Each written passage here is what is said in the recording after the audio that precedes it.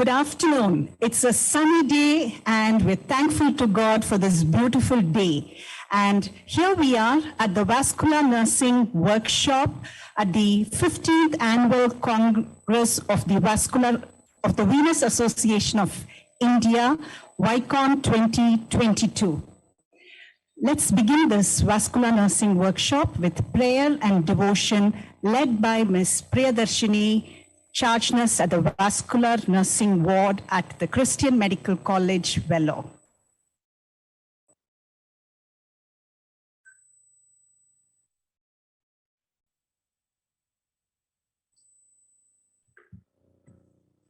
Good afternoon, everyone. Today's devotion is based on Book of Matthew, chapter 28, verse 19. As it says, "Go and make disciples of all nations." The sea overwhelmed her. She took all efforts to save herself, but in vain. She stopped trying and decided to give up and surrender. She felt as if she was drowning. That is when an outstretched arm pulled her out and made her walk. She walked on the sea of sin that overwhelmed her. Surrender is often taken as a sign of weakness, but it is the only way for our souls to be saved.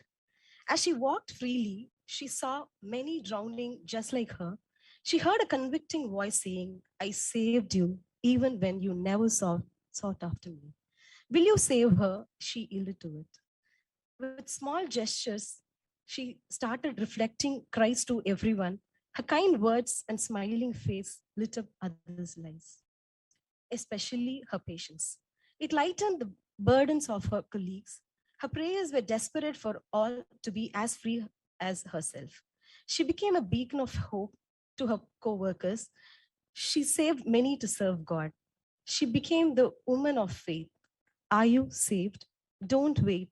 Save as many as you can. Shall we bow down our heads and look unto God in prayer? A loving Lord, Heavenly Father, we thank you, Lord. We praise you, Father, for what you have been in our lives, O Master. We thank you for giving us this opportunity to be a part of this workshop. We seek your presence in our midst, O Lord. We commit the entire workshop and all the sessions into thy mighty hands. Enable us to learn from these sessions and apply in our clinical areas for the benefit of our patients and to save many. We thank you, Lord, for our institution and the administrators who have helped us in organizing this workshop. Lord, you take care of the technical part of this virtual session. Let there not be any difficulties. We once again commit the entire happenings in thy mighty hands. We ask these few mercies in the powerful name of our Lord and Savior Jesus Christ. Amen.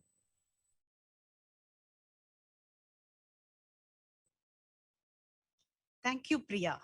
I now call upon Nancy Florence, the charge nurse at the Vascular Nursing Unit of CMC Vellore, to deliver the welcome address.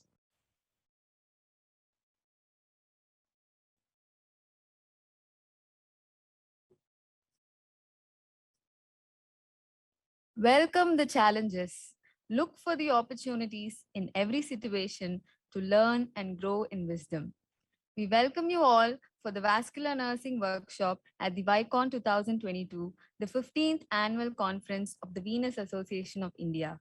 It is my immense pleasure and honor to welcome Dr. Vatsala Sadan, Dean, College of Nursing, CMC Vellore, Dr. Bala Sitaraman, Nursing Superintendent, CMC Vellore, Dr. Pramilali, Professor and Head, Medical Surgical Nursing Department, CMC Vellore, and Dr. Deepak Selvaraj, Professor and Head, Department of Vascular Surgery. And also all the delegates who have joined us physically and virtually. We are so delighted that you could join us, and we hope you have a great learning experience together. We welcome you all once again.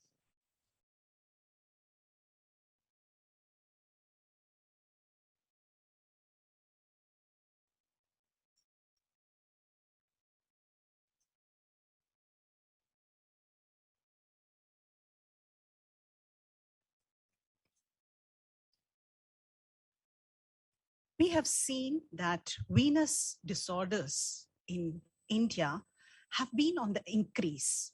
And the Venus Association of India has been concerned about this particular problem in the population in India. And this association aims to tackle this problem all over India.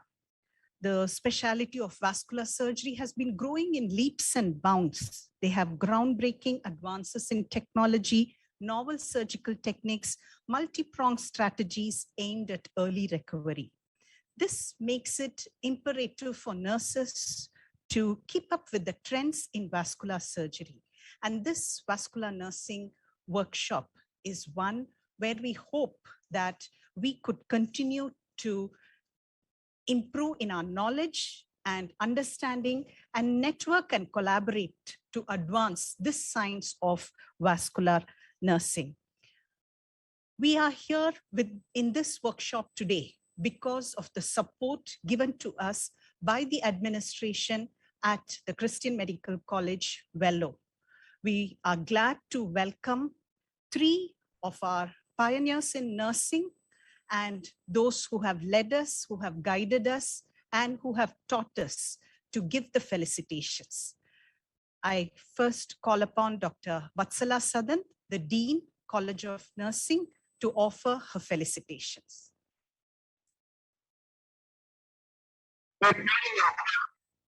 Good afternoon, friends. I bring greetings from the faculty and students of College of Nursing, Christian Medical College, Vellore. And I'm so delighted today to meet all of you in this virtual platform. I understand that around 167 nurses have registered for this conference. And friends, as you know, that we are living in the ever-changing society, and we find newer developments and advancements in the field of medical sciences, which result in specialization and super specialization in the various clinical specialties. And these changes ultimately lead to an increasing number of roles and challenges for the nurses. And vascular nursing has evolved into a specialty with a lot of scope in impacting the patient outcomes. And most of these patients who require vascular surgery have turned in older adults with several comorbidities, with frailty problems, and with increased vulnerability. And we know that treating these patients has become an important challenge, both for the vascular surgeons as well as for the nurses, because these patients are more susceptible to post-operative complications. And vascular nursing is a discipline that is able to provide comprehensive and optimal care, better post-operative outcomes, and coordinated, standardized, and cost-effective clinical pathways for patients managed in the area of vascular surgery. And it gives me an immense pleasure to be part of the VICON 2022. And I'm thankful to the faculty of Surgical Nursing Department, College of Nursing, CMC Vellore, in initiating this workshop in collaboration with the vascular surgeons of CMC and the Vascular Association of India. And I congratulate all the nursing faculty, the vascular surgeons, and the entire organizing team on this special occasion. And I understand that Society of Vascular Nursing was established globally in the year 1982 itself to empower nurses through education and collaboration. And I wish an Indian society is established to empower the Indian nurses in the field of vascular nursing. And I wish all the success of VICON 2022 and the upcoming plans for the future. God bless you all.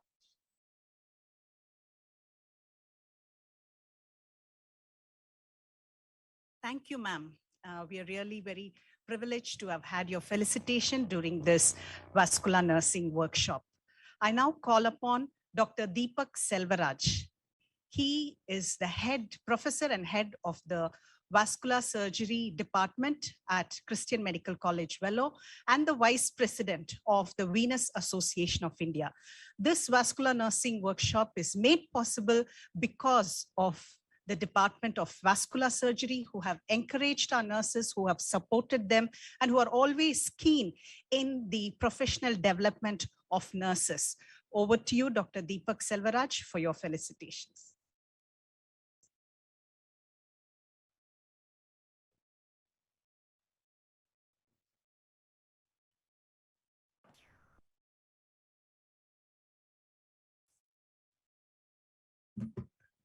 Good afternoon, ladies and gentlemen. Um, I'm Dr. Deepak Selvaraj. I'm head of vascular surgery in CM Christian Medical College, Vellore. I'm also the vice president of the Venous Association of India and the former treasurer of the Vascular Society of India. And my heart is in vascular nursing, and I think vascular service for the country can be only improved if vascular nursing becomes a specialty, and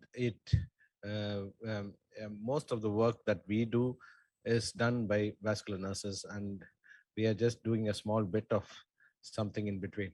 So the whole concept of vascular surgery and vascular nursing has changed, and there are several vascular societies all over the country, and India lacks one. And I want to make sure that India has its own vascular society of India. And CMC has been, for the last 10 years, they've been one of the major contributors to vascular nursing. And we've had specialist vascular nurses that started in as early as 2013 or 14, I'm not very sure. And we have several nurses who have graduated as specialist vascular nurses. And most of them are doing specialist postings in countries all over the world. Now, why would anybody want vascular nursing to be a kind of a specialty? Now, I'm going to give you an example, and um, most of my nurses here can actually collaborate with me. That saying that when I do a surgery, whenever I do a surgery, everything else from pre-operative processes to post-operative processes actually managed by vascular nurses. You are a specialty, and you have to realize that you are a specialty. And moreover, there is a magazine that is going to come out tomorrow that is called The Dialogue.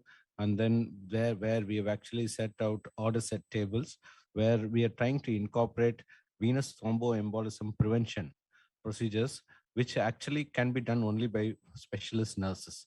It can't be done by doctors. So if a patient is actually coming in, we have to score them based on if it's a medical patient or a surgical patient. And then we have to say, what is the risk of thromboembolism for a medical patient? What's the risk of thromboembolism for a surgical patient? And based on these scores, there is a scoring called Caprini score and the revised Padua scoring, which we will bring it to you once it is goes through the NABH protocols, which is the accreditation society for the country. Once it goes through the protocols, it will come down to every hospital in the country. And there we have to look at venous thromboembolism as an unknown entity which causes silent deaths.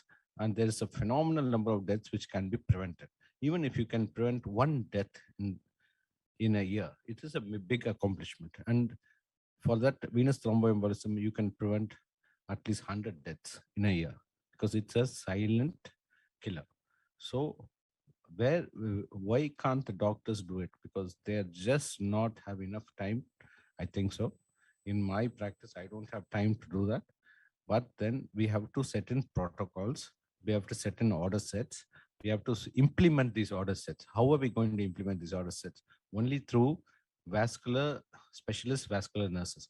So if a patient comes in, he goes into either medical specialty or it's a medical problem or a surgical problem. And if it's a surgical problem, then he has a score called the Padua score, and then there's a medical problem, then there's a Caprini score, and then we have to score them based on it. But the important thing is to validate these scores based on the Indian scenario, and then say that every patient who comes in has a certain risk for venous thromboembolism, and we have to give them a stocking or a low molecular weight heparin as a booster dose. So this is where we are heading to.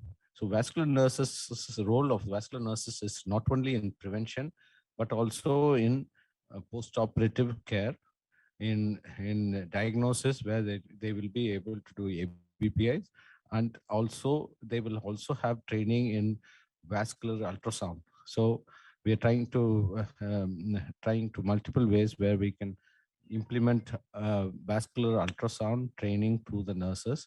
And we hope that as a patient comes, if you had actually listened to my topic, which I had talked, it's a one-stop vein clinic where everything is done by vascular nurses. The surgeons just do the RFA and there's nothing else that anybody else wants to do. and the vascular nurses actually run the whole clinic. So they do everything from triage to vascular lab to four-layer dressings to running the whole place management.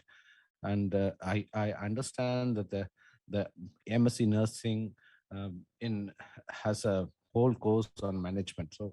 We have vascular nurses who can actually multitask into management roles. We can have vascular nurses who can actually run the whole clinic, and the doctors actually become a very small part of it.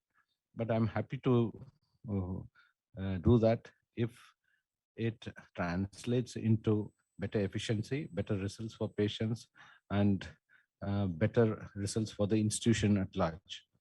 So to conclude, I must say that the vascular nursing as a specialty has to evolve, has to develop. To start that, we will be starting there will be a soft launch of the Vascular Nursing Society of India. And I'm happy Sheila is spearheading this whole process. Sorry, and we have a group of very young, enthusiastic nurses who are also looking at this process. And we are evolving. We are willing to learn. We are willing to adapt. We are willing to take suggestions. But the society will form, and the society will have distance education learning. The society will have courses, and the society will have many other things to do, and it will have far-reaching results across the country. And I can foresee a future where there will be a nursing specialty called vascular nursing, and there will be enormous number of people who are going to take up vascular nursing as a specialty. With that, I would like to conclude my talk. Thank you so much.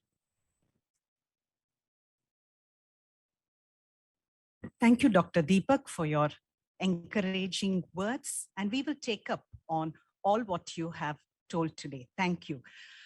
I now would like to request our nursing superintendent, Dr. Bala Sitaraman, to offer her felicitation. The support that we receive from the nursing service is instrumental in everything that the vascular nursing specialist nurses can do. And it is because of their support, their guidance, and also their critical advice that we are able to take up roles and advance in nursing. Over to you, Dr. Bala Sitaraman.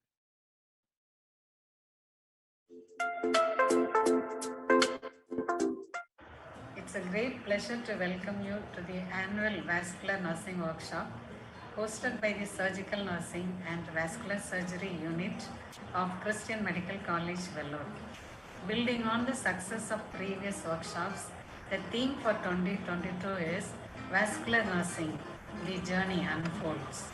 The Vascular Nursing team at CMC have made tremendous contributions in research, teaching and practice, resulting in improved patient outcome.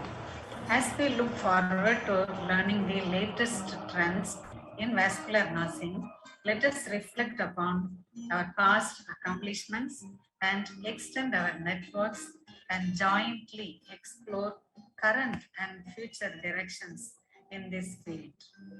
This workshop will be one for us to share our thoughts and exchange ideas on how to chart our journey forward to reach new heights. I wish all the very best for the team as they plan to initiate National Vascular Nursing Society in the near future to help vascular nurses achieve the highest levels of professional knowledge and competency attainable in this key specialty area.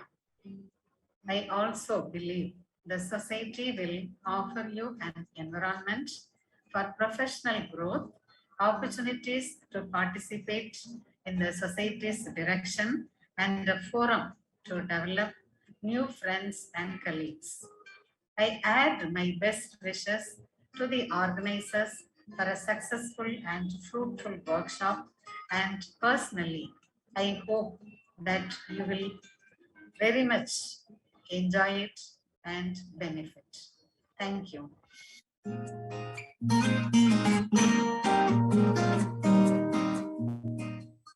Thank you, ma'am, for those words of encouragement and motivation.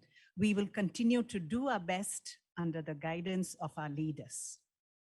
The surgical nursing department at the Christian Medical College, Vellore, is what it is today because of doyens in surgical nursing. And one of them who has contributed for many years in the department and who has led each one of us in the department is Dr. Pramila Lee, presently the head of the medical surgical nursing at the Christian Medical College, Vellore. She has been instrumental in developing the specialities at the surgical nursing department. And it is because of her encouragement, her guidance, and her leading that we are able to take on the roles of specialist nurses at CMC Vellore. And it is with her encouragement that we have planned for this vascular nursing workshop, and we were able to go ahead with the plan of Vascular Nursing Society of India, knowing that we have a rock beside us. So over to Dr. Pramila Lee for her felicitations. Good afternoon and greetings to each one of you for attending this workshop, either personally or virtually. I thank Dr. Deepak and his team for giving us an opportunity and also for their immense support in organizing this workshop. Being part of surgical nursing department for more than 3 decades, having seen the department grow, it gives me a great joy to felicitate on this joyous occasion. The year 2003 is important in the history of Christian Medical College, Vellore, as specialty-oriented general surgical units evolved in that year. This led to the development of clinical nurse specialists in different areas. Currently, we have several roles, and I'm happy to say that surgical nursing department pioneered in developing clinical nurse specialist role in nursing in CMC. Vascular nurse service began in the year 2014, and these nurses provide comprehensive specialized care to patients with vascular disorders in both outpatients as well as inpatient. They play a key role in coordinating the care, and their services are well appreciated by the patients as well as by the team members. I'm sure more about their role will be discussed during this workshop. I must say that this day marks another milestone in the history of surgical nursing department of Christian Medical College, Vellore, as we are initiating the Vascular Nursing Society tomorrow. It's a new beginning and a long journey lies ahead of us. As I look back, I thank God Almighty for His guidance. I'm also proud to see my team organizing this workshop in a wonderful way within a short time. I congratulate and wish Sheila, HC, and the entire surgical nursing team for their immense effort. I'm sure the next 2 days are going to be a great learning and blessing to all of you who are attending this workshop, and ultimately it will benefit our patients. Thank you.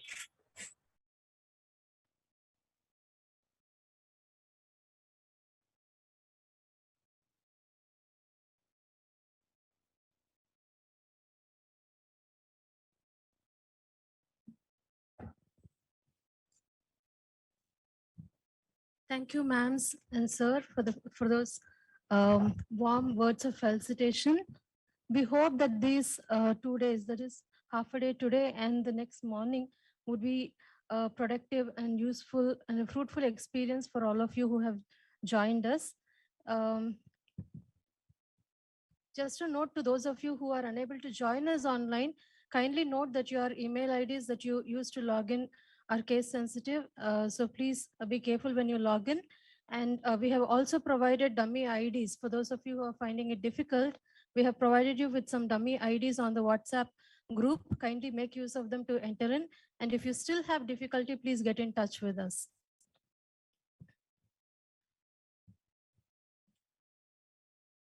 Vascular nursing, the journey unfolds, is a 1 day workshop. We have the half a day this afternoon, and then we have the next morning. We will continue on till tomorrow afternoon. So, what happens during these days of the workshop? We will initially, immediately after this, we will begin with an overview of venous and arterial disorders. And then we will have a symposium on the core care, core nursing care of venous and arterial disorders. We will have it in the form of a symposium, um, continuum of care in the peripheral vascular disorders. And in that symposium, we would be discussing on preoperative care, postoperative care, and foot care and footwear, and how to go about home care, and what are the risk modification strategies that need to be used. So that is a symposium that we are going to look at this morning, and we are going to end today's session with a free paper presentation at around 4:30 p.m. We will have paper presentations which will be which are video recorded, and the presenters are also available online. And we also have speakers who would be presenting their papers in person. Tomorrow, we will begin with a word of prayer and devotion, and then we will continue with care of patients with venous and arterial disorders. To begin with, we will start with special dressings and compression therapy with a video hands-on on 4-layered dressing, mainly about an Indian perspective, what we do in our hospital on about 4-layered dressing. And then we will also have a short talk by Dr. Darshan Mehta on compression therapy.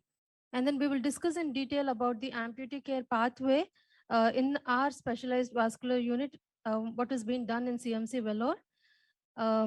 Following which we will also have experiences of various national, international vascular nurses who would be discussing about their experiences and the way forward to it. We would have a short interaction with them, discussion with them, and get to know about their experiences. We will also have a session on AV fistula, the road to early cannulation.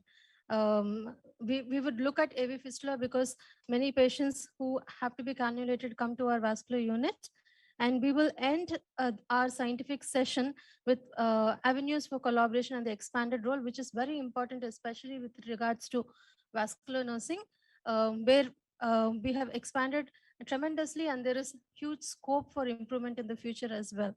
As the world looks up to vascular nurses in various eras, we look forward to expand our roles, and we end our scientific session with that, following which we break out to the breakout session for the oration, to the TED King oration, which happens in the Vicon and the inauguration of Vicon as well. Following that, we will have a post-test and our valedictory program. And during our valedictory program, we also have a soft launch of our Vascular Nursing Society. We invite you all to be part of it. We warmly welcome you to be members of our Vascular Nursing Society, and we will have launching of the society tomorrow during our valedictory session, and we will close this workshop with that. I hope all of us will have a very fruitful time during this time, and all the best to all the speakers as well.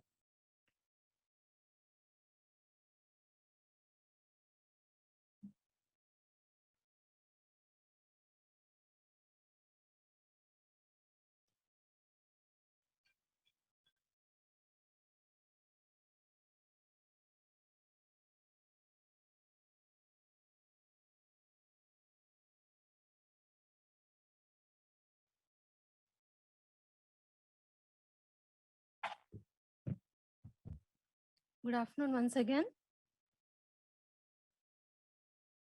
Okay. We will now have a pre-test, the link of which is being shared on your WhatsApp.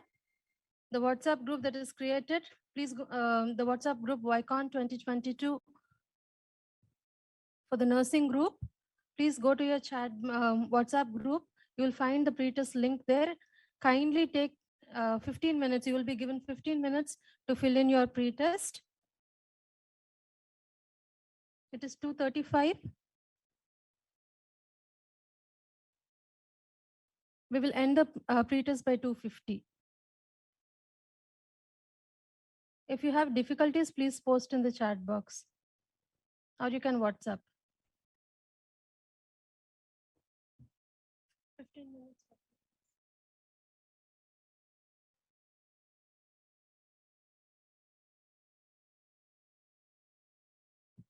Please fill in your pretest. On the Google form, the link of which is shared in your WhatsApp.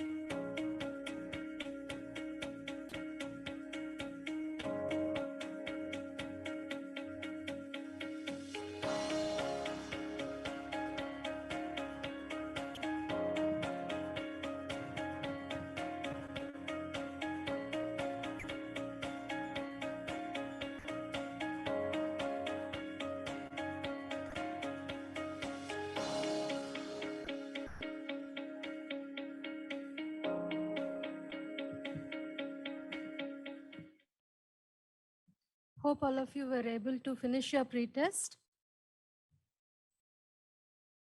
So we will give you a couple more minutes for you to finish. And while you are trying to finish it up, we will start with the first session. The first session for this workshop is going to be an overview on arterial and venous disorders. We believe that most of you who have logged in are already associated with taking care of patients with venous or arterial disorders. And so this is going to be a very brief overview of peripheral vascular disorders. Why are we really interested in peripheral vascular disorders?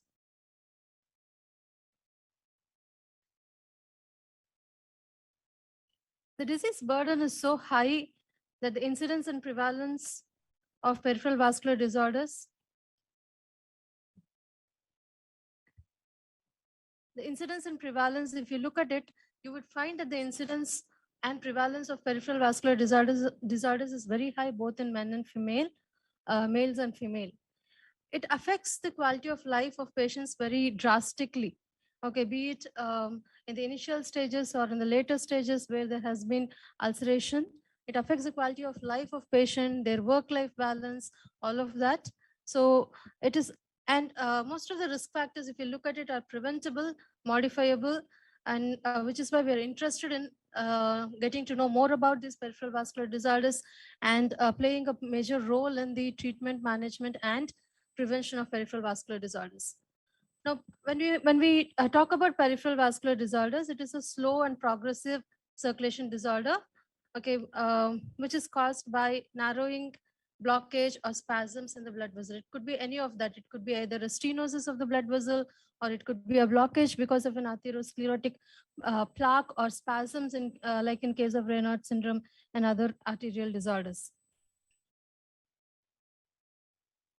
And it could involve any blood vessels, that is the arteries, veins, or lymphatic vessels.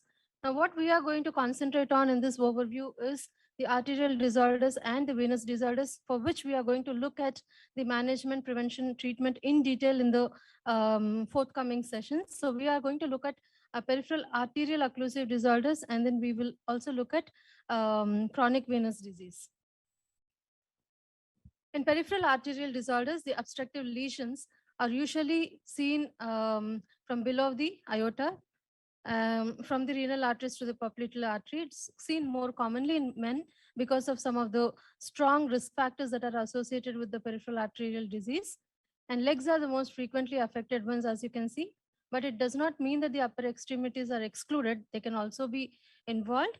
And there's more risk for patients with diabetes mellitus and elderly patients.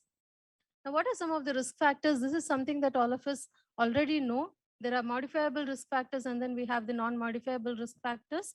The modifiable risk factors would include dietary pattern like a high-fat diet, hypertension, coronary artery disease, diabetes mellitus, obesity, stress, sedentary lifestyle, and smoking or use of tobacco products. And it has to be noted that patients who have diabetes and smoke, they have a very high risk of complications related to peripheral vascular disorders, because these risk factors by themselves can cause a lot of impaired blood flow that can result in subsequent complications. Now, what are some of the non-modifiable risk factors that we may not be able to play a major role in, but we could help with the treatment of them? Age, more than 50 years, history of heart disease, again, gender, male gender, postmenopausal women, and family history. Now, coming to clinical manifestations, it's important to note that most patients would present with an intermittent claudication, that is painful leg cramping, which is relieved by rest. And sometimes even at rest, they can have a lot of pain.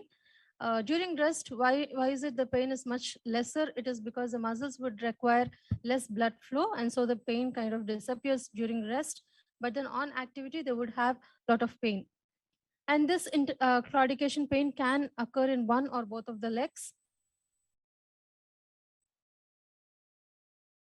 And patients could also have ischemic rest pain, that is, when the arterial insufficiency is very severe, they could have pain even at rest, unlike claudication pain, which happens only during activity. Ischemic rest pain is very excruciating pain, which can be unrelieved by opioids, even with strong analgesics.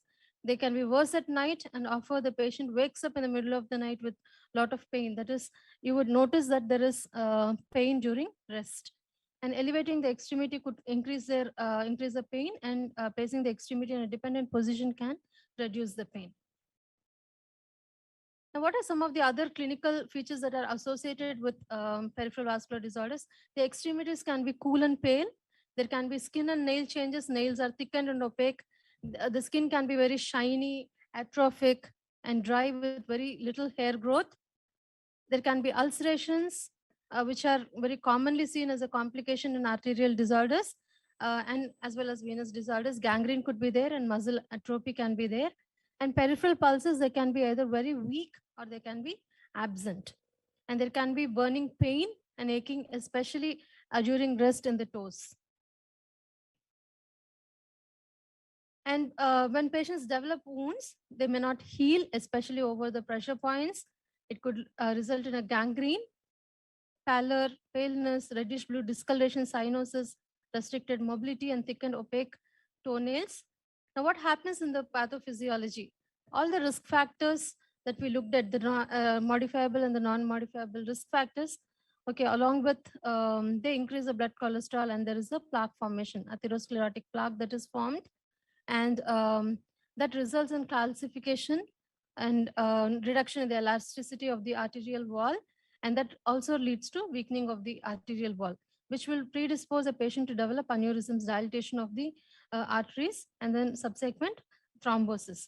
So because of all this, there will be inadequate oxygenation of tissues during exercise especially, and later on in later stages, it could be even at rest, resulting in the symptoms.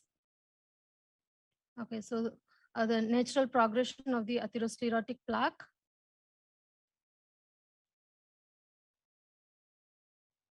So what are some of the tests that are done to diagnose peripheral arterial disorders? Doppler ultrasound is done. Ankle brachial index ABI and ankle arm index AAI are used. And the commonly used one is ankle brachial pressure index. And how is it calculated? It is calculated by looking at the ankle systolic pressure divided by the brachial systolic blood pressure.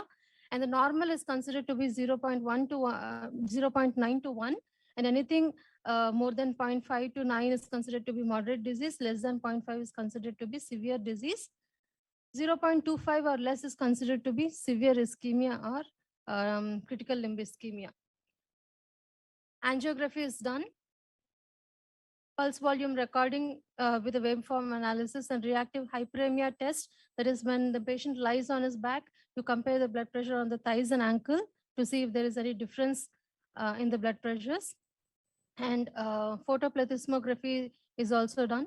This is where a small pressure cuff is tied around the toe, and infrared sensor is kept to record the waveforms and the blood pressure measurements.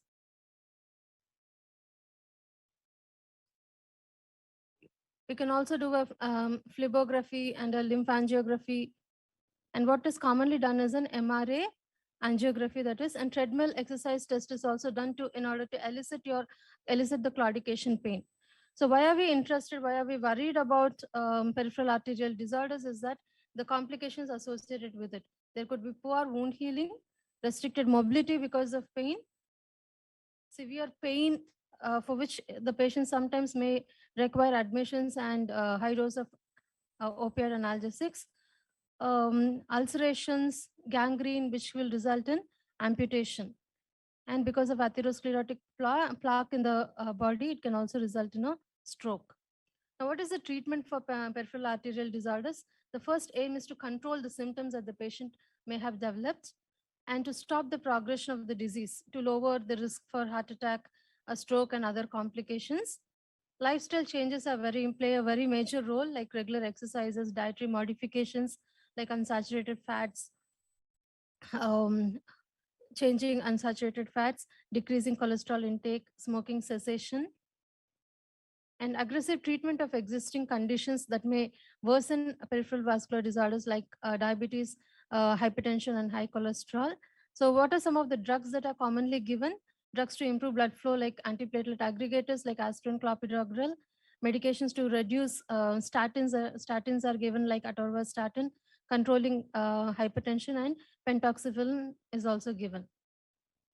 The surgical management involves grafting, that is bypass surgery, endarterectomy, that is removal of an atherosclerotic plaque, and iliofemoral bypass is also done in order to establish a proper blood circulation. Some of the radiological interventions which are done are angioplasty, which is PTA or a balloon angioplasty, or an atherectomy or a laser angioplasty, which uses laser. Stents are also placed, stents made of titanium or stainless steel, in order to ensure that the vessel walls do not collapse. Now we will move on to venous disorders. Disorders, there are can be classified broadly into thrombotic venous disorders, and then we have a chronic venous disorders. Venous thromboembolism, we have deep vein thrombosis, which can result in pulmonary embolism. Okay, so the entire spectrum is called as thromboembolism, venous thromboembolism. So to look at venous thromboembolism, there are three major risk factors that are involved. This is called the virtuous triad. We have stasis of blood, we have vessel wall injury, and hypercoagulability. All the risk factors that are involved with the thrombosis fall under any of these categories. Like stasis of blood, that is venous stasis, it could be because of bed rest or immobilization, obesity, history of varicosities, spinal cord injury, or increased age. The second factor is vessel wall injury or endothelial damage. The risk factors which fall under this category are trauma, surgery, major surgeries, central venous catheters. And the third category is altered blood coagulation, which is seen especially in patients with cancer, pregnancy, patients who use oral contraceptives, APLS syndrome, antithrombin 3 deficiency, polycythemia, and septicemia. So all these put together are some of the risk factors for due to which a patient can develop venous thromboembolism. Now, very briefly about deep vein thrombosis. It is thrombosis of deep veins rather than superficial veins. The risk factors we have already looked at. Some of the clinical manifestations are fever, pain, fever, chills, malaise, swelling and cyanosis of the affected arm or leg. You can also have an unilateral limb edema. That's one of the commonest signs that a patient would develop, for which you would suspect a deep vein thrombosis. You also have Homan's sign, that is pain in the calf after the foot is sharply dorsiflexed. So in the picture, you will be able to see the Homan's sign. And then you also have the Moses sign, where you have pain while you are squeezing out the calf muscle. So these are two signs to elicit deep vein thrombosis. And how is this prevented? We have compression stockings in order to prevent deep vein thrombosis, intermittent pneumatic compression devices, and early ambulation and mobilization. We would be looking at compression stockings and pneumatic compression devices in detail in the subsequent sessions. And then administration of heparin, low molecular weight heparins, and lifestyle changes, that is weight loss, smoking cessation, regular exercise. And also encourage the patient to do foot and leg exercises, stockings, and pneumatic compression, which we will discuss later. And the drugs that are given for patients with DVT are anticoagulants, which would include heparin unfractionated heparin, low molecular weight heparins, oral anticoagulants like warfarin, and factor Xa inhibitors like fondaparinux, thrombolytics. Once a patient has developed DVT, you would put them on thrombolytics like altipase, urokinase, streptokinase. So that's about DVT. So that is a thrombotic disease that you would see in the veins, deep veins, for which patients can develop a complication called pulmonary embolism, which is a very serious condition. Now, moving on to chronic venous disorders, we will look at this a little bit in detail, because most of our management what we are going to discuss in the subsequent sessions are related to this. Now, when we say chronic venous disorders, these are common lower extremity vascular pathologies very commonly seen. Like we discussed right at the beginning, the incidence and prevalence is pretty high. It's almost as high as 73% in women and 56% in men. And it significantly decreases the quality of life of patients. And when we talk about chronic venous disorders, it is a very broad spectrum of venous abnormalities where the blood return is compromised. So it can range from varicose veins to edema to skin changes in the development of ulceration. Now, when we talk about chronic venous disorders, it is important for us to discuss about the calf muscle pump. The calf muscle pump is a mechanism by which there is return of blood. There is no pooling of blood in the lower extremities. The calf muscle pump is otherwise known as the peripheral heart, as you can see in the picture. As the calf muscle pumps, the blood flow back is facilitated. Okay. The second mechanism by which pooling of blood in the peripheral extremities is prevented is by means of venous valves, so which are unidirectional and did not allow pooling of blood in the extremities. Now, when we talk about chronic venous disorders, it is important to know something known as CEAP classification. So this is a clinical, etiological, anatomical, and pathological international classification of chronic venous disorders. So when we look at a patient with chronic venous disorders, you can have patients from C0 to C6. That is C0, you will have patients with no visible or palpable signs. And then C1, you will have mild telangiectasis and all that. And then you have C2 with varicose veins, and then C3 with lot of edema, and then C4 with pigmentation. And then C5, you will have ulceration which can be healed, and C6 involves ulceration which does not heal. So when you look at chronic venous disorders, all of this put together come under chronic venous disorders. So you can range from C1 to C6. Okay, so this is another classification, the same CEAP classification, for to have a look. So C1 is reticular veins. Okay, and then we have varicose veins, and then edema, pigmentation or eczema, and then you have deep pigmentation, and then we have ulcers which can heal and ulcers which do not heal. Okay, so this classification is used to classify patients, and this is important for us to manage patients as well. The commonly used term here is chronic venous insufficiency. It is otherwise known as post-thrombotic syndrome.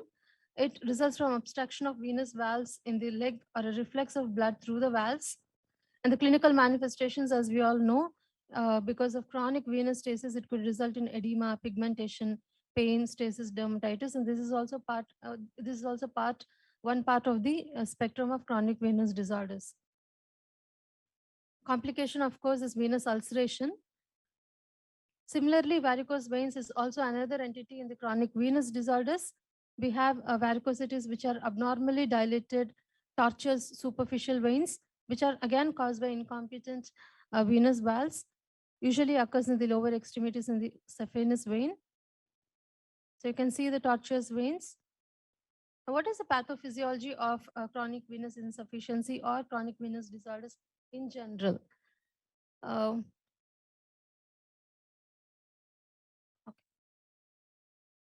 So what happens here is there is shear stress and reflex of the incompetent valves. The valves are incompetent, so there is reflex of, and there is pooling of blood in the lower extremities. So this results in venous hypertension, and when the pressure within the venous valves are very high, that results in dilatation of the vein walls, and results in that again causes more of a valve insufficiency. So it's kind of a vicious circle that happens here. And when there is a valve insufficiency, that again affects the microcirculation and the endothelial cells. So the vein valves again get affected by that. So as you can see in the pathophysiology in the picture here, you can see that venous valve insufficiency, it causes endothelial damage, and this is going to be a vicious cycle just like that.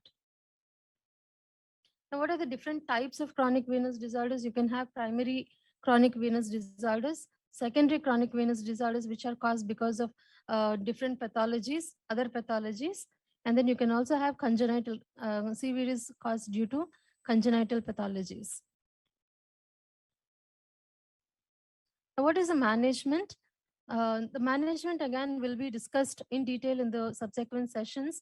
But just to broadly classify the management of chronic venous disorders, we have anti-gravity activities like elevating the leg.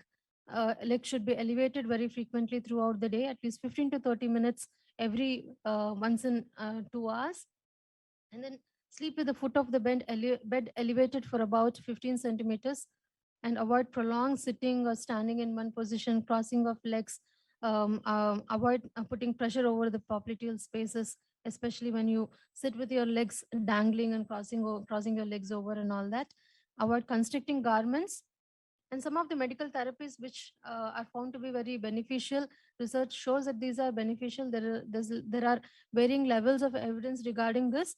Those include compression therapies, that is stockings, bandages, adjustable compression wraps. About the stockings and the bandages, especially the 4-layer bandages, we will have a detailed demonstration tomorrow. And then we have drug therapy, we have sclerotherapies, endovenous thermal ablations. All these are part of management of chronic venous disorders. Graduated compression stockings, they help with reducing the pooling of venous blood and enhances venous return of the blood flow back to the heart.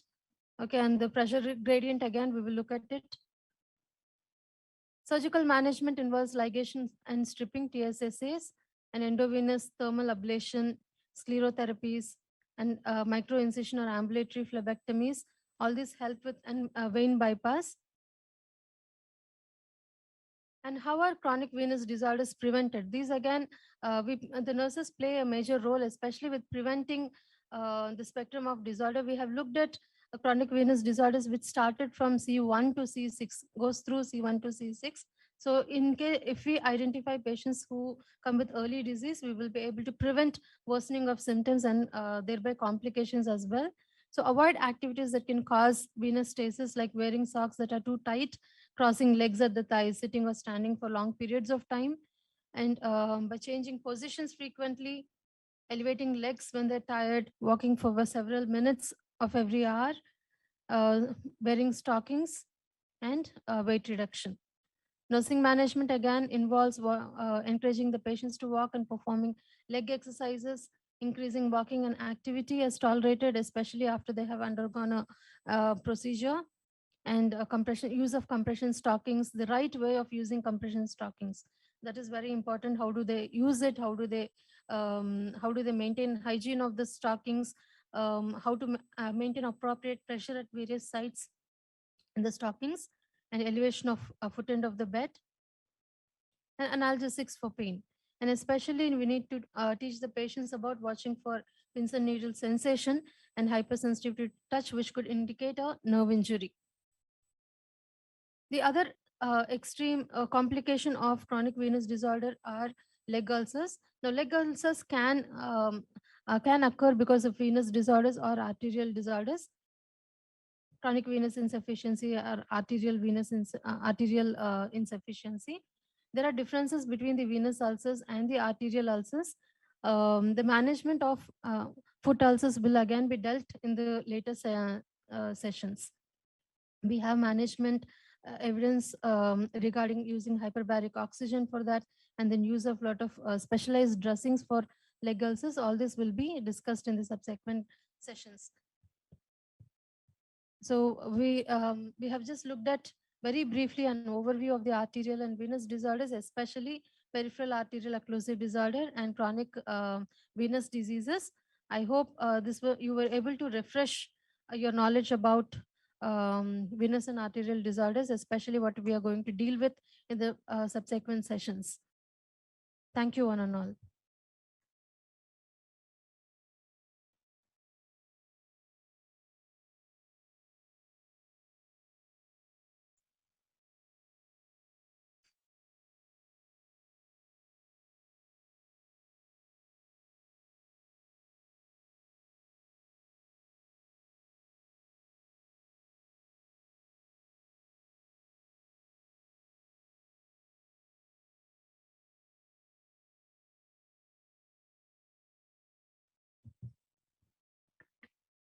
They say a journey of a million miles starts with a single step.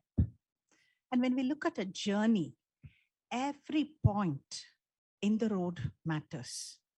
And sometimes, if you can deal with the issues at the beginning of the journey, then subsequent problems can be turned off.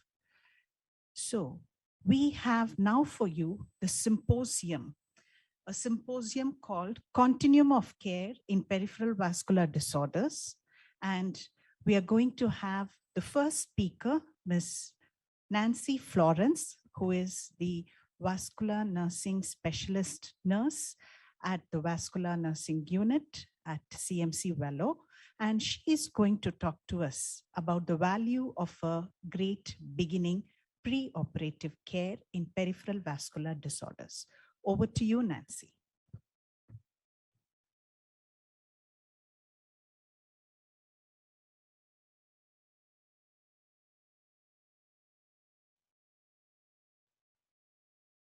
Good evening, everyone. First up in the continuum of care is the pre-operative care. There's a famous Indian proverb which says, "The eyes do not see what the mind does not know." So it is very important that we know what to look for in a patient so that we pick up those small symptoms and which will help us in diagnosis. So I will be talking about the preoperative assessment of peripheral arterial occlusive disease, chronic venous insufficiency, and deep vein thrombosis. In any preoperative assessment comes the history collection. First, we need to assess the risk factor identification. First is the age. Why age is important? So there's a condition called Burgess disease in POD patients where people who are less than 40 years are affected. So it is important that we collect the history, mainly the age. Next is the comorbidities. We need to ask if they have congestive heart disease, cerebrovascular diseases, stroke, diabetes, hypertension, hypercholesteremia, which contributes to the peripheral arterial occlusive disease. Next up comes the family history of peripheral arterial occlusive disease, and most importantly, the smoking history. So smoking history is documented in terms of pack years.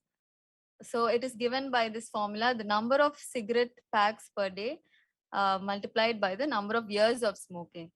One cigarette pack is 20 cigarettes. So we need to collect the smoking history of the patient in pack years. Next up comes the pain assessment. So there are two different types of pain which patients with PAOD experience. First is the intermittent claudication. It is defined by the pain in the calf, thigh, or buttock, reproducible by exercise and relieved by rest. When we are assessing the intermittent claudication pain, we need to ask for the claudication distance. That is the distance to onset of symptoms. For example, a patient might say, after I walk for 500, after I walk for 1 meter, I get pain in my calf. So that is the claudication distance, the distance to onset of symptoms. So the next kind of pain is rest pain. That is a continuous burning pain aggravated by elevation and relieved on a dependent position. Most of our patients who have rest pain, we might see them we might see them sleeping on a dependent position or a sitting position. So when they lie down, when their body is in a neutral position, they will have this rest pain.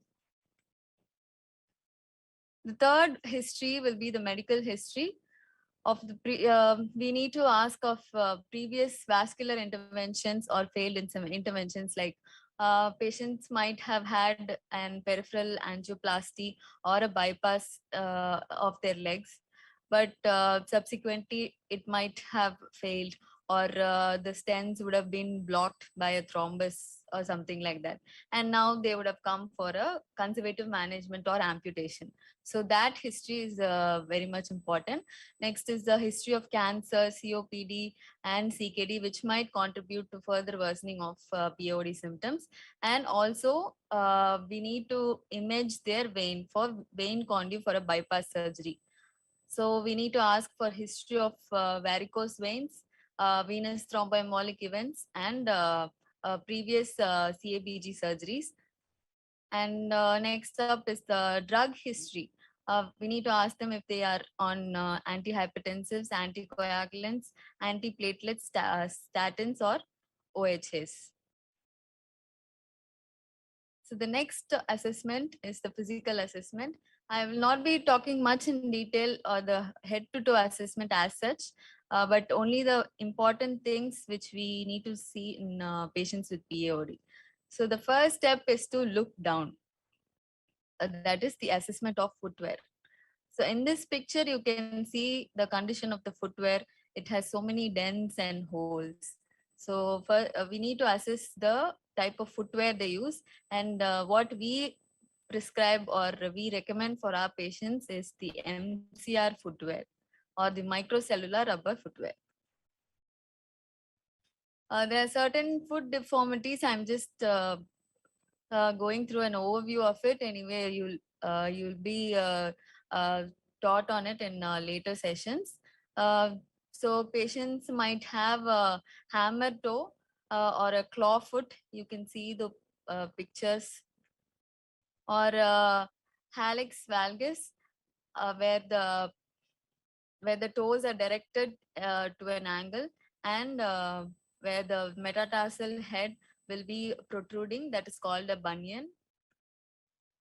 And patients might have flat foot, or also called as pes planus, where the arch of the foot is lowered.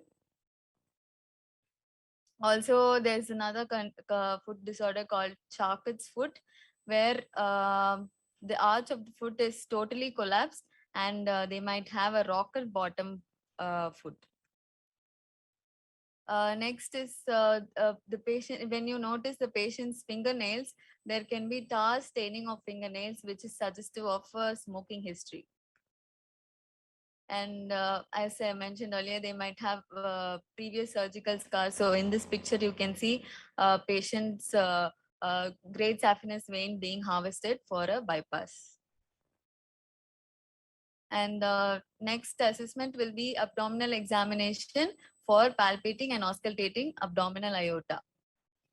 And also we need to do a neurological examination for patients who have had a prior stroke. Also diabetic neuropathy assessment using monofilament test, biothesiometer, and other assessment methods. Also, patients might have trophic skin changes. Here you can see a patient with a hardened trophic ulcer over the heel. So we need to teach the patients to offload that particular area and use appropriate footwear for it.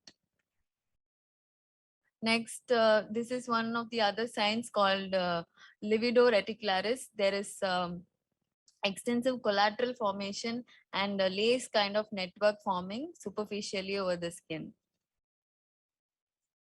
And patients can also have anterolateral alopecia and shining legs.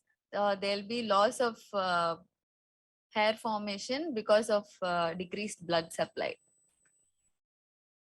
And finally, the patient can have an ulcer or a gangrene. The second important thing that we need to do is the palpation of peripheral pulses, the femoral, popliteal, dorsalis pedis, posterior tibialis. And this can be done manually or using a handheld Doppler. This is a beautiful device that we have. It's a very compact handheld Doppler machine. So on the right side, that picture shows how it's operated. So It's just like an amplification of the pulse waves. So we can document the pulses saying it is present, weak, or absent when we check manually, or when we check it in a Doppler, we can mention it as 1 plus, that is monophasic, or 2 plus biphasic, and 3 plus triphasic. One other important assessment, as mentioned earlier, is the ABPI, or the ankle brachial pressure index. So it is measured using a BP cuff and a Doppler machine. So first, the brachial pressure is recorded in both the arms, and also the pressure of the uh, dorsalis pedis and the posterior tibial artery is also measured. And the highest among these, among the dorsalis pedis and the posterior tibial artery, the highest systolic pressures among these is taken into account and calculated like this. So ABPI is given by the highest ankle systolic pressure between posterior tibialis and dorsalis pedis by the brachial systolic pressure. So for example, if you're calculating the left lower limb ABPI. So we take the left arms, we take the left legs posterior tibialis systolic pressure, or the dorsalis pedis systolic pressure, whichever is the highest, by the left arm's brachial systolic pressure. So this is the normal value of ABPI. More than the normal is the value is a 0.9 to 1.2, and if it is more than 1.2, it means the arteries are calcified and we are not able to compress it while inflating the BP cuff. And if it is less than 0.9, it is termed as PAOD. If it is less than 0.5, it is termed as severe PAOD or critical limb ischemia. So what do we do for these patients who have more than 1.2 of ABPI? We do something called as toe pressures. So here you can see in this picture, there's a small toe cuff that's tied on the great toe of the patient. So arteries in the toes are usually less there are less chances for it to get occluded or calcified. So this toe pressure is much more accurate in checking the pressure differences. So the lab investigations, as it was mentioned in the earlier session, we take the complete blood count, urea, creatinine, electrolytes, glucose, AC and PC for non-diabetics, and HbA1c for diabetic patients for checking the glycemic control of them, fasting lipid profile, HB and WBC counts. Imaging, ultrasound is a first line investigation, and we also do CT angiogram from arch to toes. That's the gold standard, and also MR angiogram. Next, one other important thing is assessment of the ADL and quality of life to decide on intervention, and also to ask for the patient preference in deciding the surgical intervention. Moving on to venous disorders. The first is the chronic venous insufficiency. Under history collection, the first important thing is the occupation. If their occupation requires long standing, and also previous DVT or thrombophlebitis, if they have thrombophilia, and family history of varicosities or thrombotic disorders. Also, pregnancy poses one of the biggest risk factors in developing chronic venous insufficiency, and previous surgeries, history of accidents or fracture, and also recurrence. The next is the physical examination. The C1 classification, in that we can see spider veins, which is also called as telangiectasis. The second classification, C2, is the varicose veins, edema, which is classified under C3, hyperpigmentation and eczema, which is classified under C4A classification. So this hyperpigmentation usually occurs above the ankle area. And lipodermatosclerosis or atrophy blanche, which is classified under C4B, which is white pigmentation of the legs. And C5, healed ulcer, C6, non-healing ulcers of the, usually ulcers in the venous disorders occur in the gaiter area, or gaiter area is nothing but the area above the ankle. Lab investigations, vasculitis workup like lupus anticoagulant, homocysteine, and the gold standard investigation is the duplex ultrasound. Moving on to deep vein thrombosis. First is assessing risk factors, that is advanced age, prolonged immobility, recent surgery, pregnancy, significant trauma, cancer, previous history of DVT, family history of venous thrombosis, and coagulability. So all these risk factors pose a risk for developing DVT. So it is important that we concentrate and assess all these risk factors. The cardinal signs for DVT is unilateral swelling of one of the legs, aching, discomfort, sense of tightness or heaviness, and the patient might complain of tenderness, warmth, and also symptoms. These symptoms might get exacerbated with ambulation or in a dependent position. Upon physical assessment, there can be swelling, as I said, unilateral or bilateral. It can be distal, that is in the area of calf, or proximal till thigh.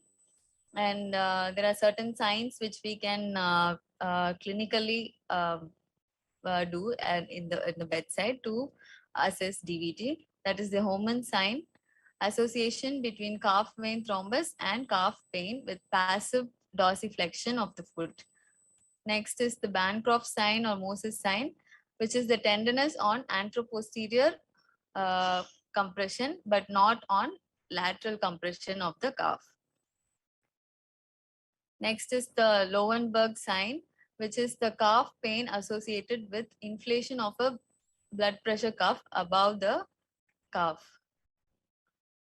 And lab investigations, we do D-dimer, prothrombin time, and APTT for these patients. So most of these patients will be on therapeutic anticoagulation called, by means of injection heparin infusion. So their APTT levels will be frequently assessed every 6 hours.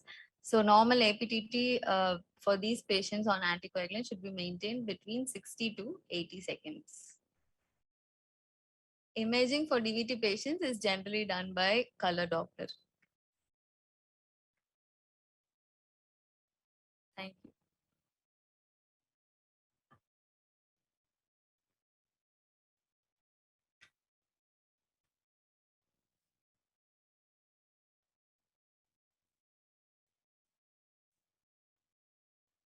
We have seen how a great start is important in ensuring that all the aspects of peripheral vascular care is taken care of in the beginning. And many of the complications related to peripheral vascular diseases can be avoided if they are taken care of in the beginning. Now we have Ms. Priyadarshini, the charge nurse at the vascular nursing ward of Christian Medical College, Vellore, giving us a talk on focusing on the goal being the best postoperative care possible.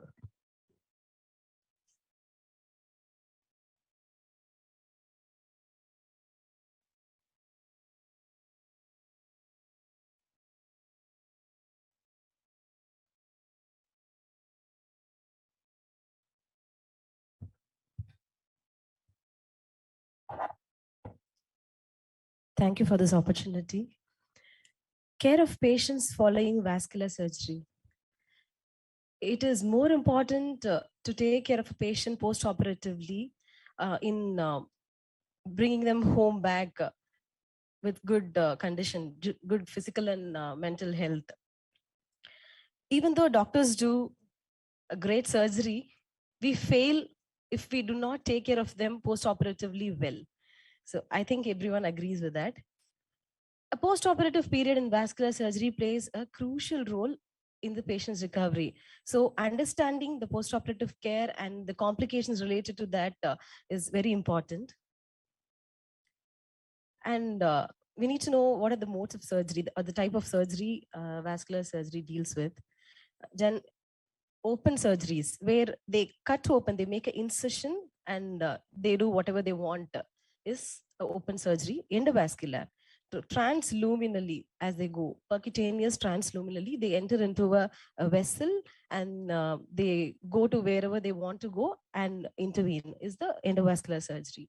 Hybrid is also a form of surgery which incorporates open and endovascular surgery.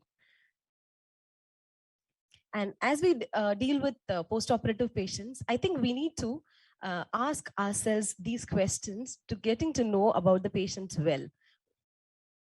What was the operation done? How big is the incision? Is it just a puncture or a big incision? Or is it a bigger incision as we see in bypass? How long did the operation take? Was it a longer surgery? How did the operation go? Was there any events during the surgery? How much blood did the patient lose during the operation? And how about comorbidities? I believe understanding all these details would eventually help us to plan an effective plan of care for the benefit of our patients. Aspects. Apart from the usual anesthesia related to related effects, there are multiple aspects that we need to look after in taking care of patients after vascular surgery.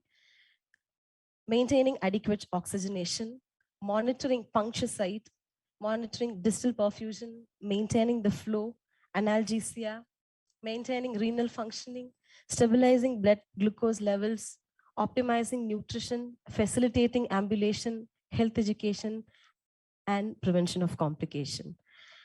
Why is it important to maintain patients' oxygenation is that for any post-operative patient, their level of oxygen may be low. The blood level, oxygen level may be low. It may not be low also, but it is our responsibility to make sure that patient is maintaining a good SpO2 levels. And we need to continuously monitor. If needed, oxygen can also be administered. Sometimes here, hyperbaric oxygen can also be considered. So how do we make sure this oxygen reaches the patient adequately? By encouraging them to do breathing exercises, incentive spirometry, coughing exercises, and giving them steam inhalation and chest physiotherapy. And monitoring puncture site or incision. So as these patients are likely to bleed because of the anastomotic leak, I think we need to be careful in assessing for bleeding. If there is a painful swelling in puncture site, if there is a painful swelling on palpation, if it is fluctuant, it could be related to pseudoaneurysms, which has to be taken to the doctor's notice immediately. And is there any infection or signs of inflammation? Whatever, it has to be brought to the knowledge of doctors. Distal perfusion. As our aim is to achieve the distal perfusion, so watch for 6 P's: pain, pallor, pulselessness, paresthesia, paralysis, and poikilothermia. If a patient has pain, even with adequate analgesia, the pain is not better after surgery. So we have to ask ourselves that was the surgery efficient or something wrong? And pallor. Patient has to have normal skin color. If it is not there, any signs of pallor and cyanosis, then it is not adequately perfused. The part involved is not adequately perfused. Pulselessness. If there is no distal pulse, then again, we have to ask ourselves that is everything going well. Paresthesia, numbness. So all these are symptoms of lacking blood supply. Paralysis and poikilothermia also. Maintaining the flow. So our goal is to maintain the flow. By all means, our focus is to be on maintaining the flow in the vessel which is operated on. Keeping the limb straight. Sometimes this patients are tend to have the joints flex. So we have to be careful, especially after stents and grafts. We have to tell them, teach them to keep the joints straight and maintaining the blood pressure. When patients are not able to maintain normal blood pressure, we may have to assist them with medications, even inotropes. And at the same time, we shouldn't forget that it shouldn't be hypertensive because a lot of blood pressure, if the blood pressure is high, patient may even bleed. Anticoagulants as advised, arterial and venous compression therapy, fluid resuscitation. By giving them adequate fluids, by hydrating them, we can achieve better flow. And ambulation. If patient gets down from the bed and keeps walking, the flow will also be good. Art assist. So as you see in the picture, this is how an art assist machine works. It is tied below the knee. So basically this helps the blood from the popliteal artery flow down. It gives compression from the popliteal artery and pushes the blood down. The next is the venous compression therapy. This is contrast to arterial therapy. It pushes the blood back towards the center. So these are intermittent pneumatic compression therapies. So following venous stenting, arterial stenting, anticoagulants and even compression therapies like this will help us to keep the stent open, graft viable, and also it will help in good flow. Analgesia. I think it is every patient right to have a painless perioperative period. So our responsibility is to make sure patient has no pain. And on the other hand, a patient who doesn't have pain will be compliant to the therapy also. So whatever we teach, they will be able to abide by. They will get down and walk if you are taking care of their pain. Maintaining the renal functioning. So as we see in this angiogram, angioplasty, a lot of dye injection is involved. So our responsibility is to make sure that patient excretes all the dye. And also minimal damage, minimum to maximum renal damage will be there. So we have to adequately hydrate and monitor intake and output, monitoring serum creatinine levels and rehydrate the patient. If a patient who is taking orally, we have to encourage them to have a lot of oral fluids. Those who are not able to take adequate fluids, we have to help them with IV fluids. And maintaining blood glucose levels, it is very important in wound healing. Monitoring regular blood sugar levels, regular anti-diabetic agents as they are getting, and administering insulin as recommended would help in easy wound healing. And maintaining optimal nutrition. A healthy diet, including iron and protein in the diet, is very important in early recovery of patients after vascular surgery. And if possible, give a meal plan. And ambulation, as I already stated. Assistance. Ambulation is very important to keep the vein or arteries flowing. We need to assist them with artificial aids and manual help. And we need to make sure that floor is non-slippery so that patients will not fall, and comfortable footwear with backstrap. Health teaching. So we need to discuss with patients about multiple things. Whatever we have done, patients should be able to continue at home also. And throughout their stay in the hospital also, they are supposed to do all these. Monitoring the site, keeping the operated site clean, moisturizing the skin, and compression dressings. So why do they have to monitor the site? So after going home, they may have oozing or infection, signs of infection. We have to teach them so that in case of any early signs of infection, they will come back to us. Keeping the operated site clean, the importance of it, having regular bath and washing and dabbing of the operated site, all these have to be taught to the patients. They may be scared or anxious of any infection. Moisturizing the skin is very important. A skin which is dry may get damaged soon. So we have to teach the patient to keep the skin moisturized always. and compression dressings, elevation of limb, all these are applicable in venous therapy. And I think it is very important for us to take care of patients in prevention of complication, and we should also explain all these to the patient so that when they go home, they will be able to take care of themselves better. So when there is a dressing soaked with blood and patients having tachycardia and hypotension, it is signs of hemorrhage. So we have to immediately give pressure to the operated site and notify the surgeon. And if there is an absent pulse in the graft or absent distal pulse, that may be an indication for graft failure or a stent displacement, stent failure. So immediately we have to notify the surgeons. So surgeons will come and put the patient on anticoagulants and whatever. If they have to re-explore immediately, they would take. So any delay, we are going to lose the patient limb, or this surgery is going to fail. So as quick as possible, we have to respond to it.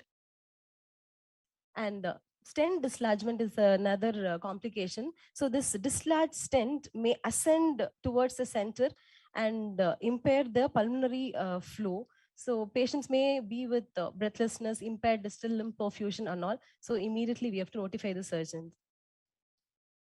And when a patient has painful breathing, tachycardia, dry cough, we have to immediately report it to it can be pulmonary edema. So we need to bring it to the knowledge of doctors. And there can be a painful swelling in the operated site, especially this angiogram, angioplasty site, painful fluctuant swelling, so which is suggestive of pseudoaneurysms, which may burst and cause a catastrophic bleeding. So we need to take it to the knowledge of doctors immediately, immobilize the patient and notify surgeon and keep monitoring. And there can be renal impairment. So we need to assess for oliguria, anuria, is urine output is normal or abnormal. So continuous intake and output monitoring has to be done. And if you think patient is not putting out adequate urine, so I think immediately we have to take it to the knowledge of doctors, hydrate the patient. And sensory motor assessment we have to do. If there is any problem with their sensory motor functioning, if there is any deficit identified, it could be related to a stroke, a cardiac stroke or a brain stroke. So we need to take to the knowledge of doctors immediately.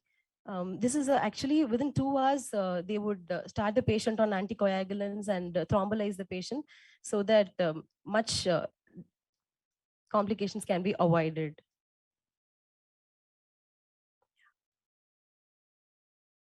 Thank you.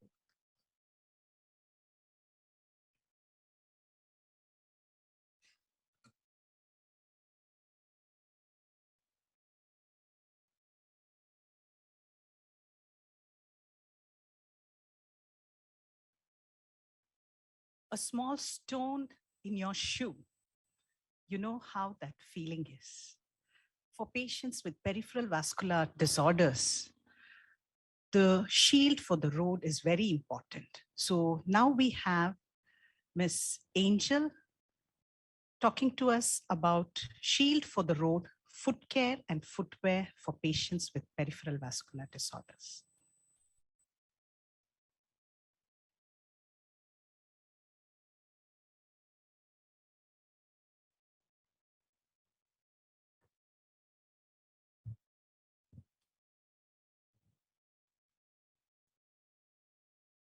Good afternoon, everybody. I'm Angelin. I'll be presenting today on foot care and footwear. So I know it's high time we might tend to doze off, but this is a very interesting and a practical topic that all of us as nurses should know and should educate our patients on regular basis. So this session will be a simple health teaching that we should provide our patients during their time of admission. So to start with, I would like to quote a saying by Charles Dickens: walk and be happy, walk and be healthy. And I would also like to remind us a small story that we all know, the Cinderella story. One shoe matters a lot.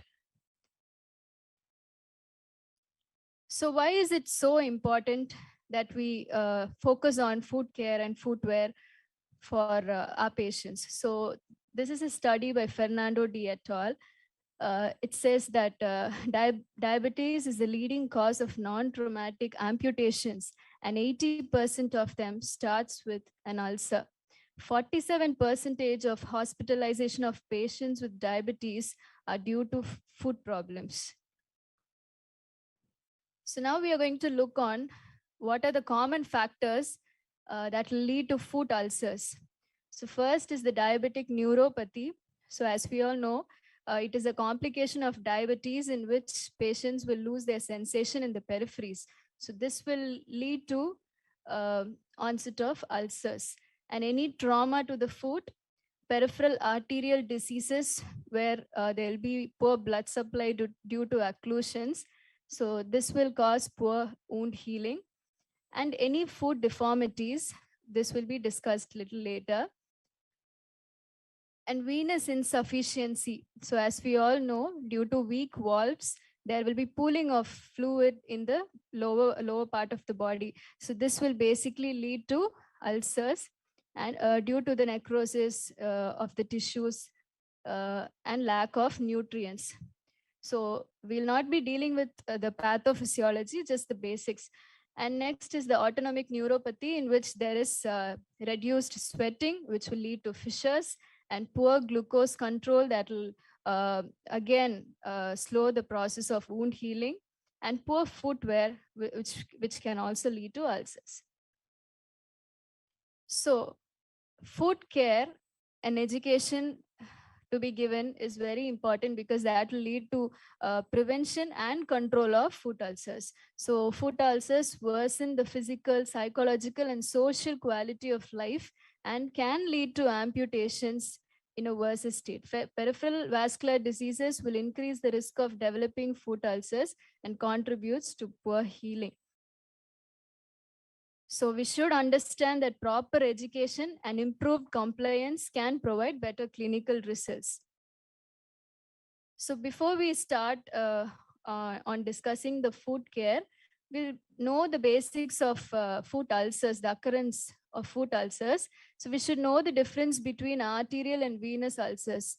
So arterial ulcers will mostly occur in malleolus, metatarsal heads and base, and mostly on the lateral foot and toes. And venous ulcers will be mostly in the lower leg and ankle. So characteristics of an arterial ulcer would be a punched out appearance. There will be rest pain, and it will be regular and deep and small. But the venous ulcers will be very superficial. They'll be large and irregular in shape. So from this, we can understand that most of the foot ulcers are arterial ulcers.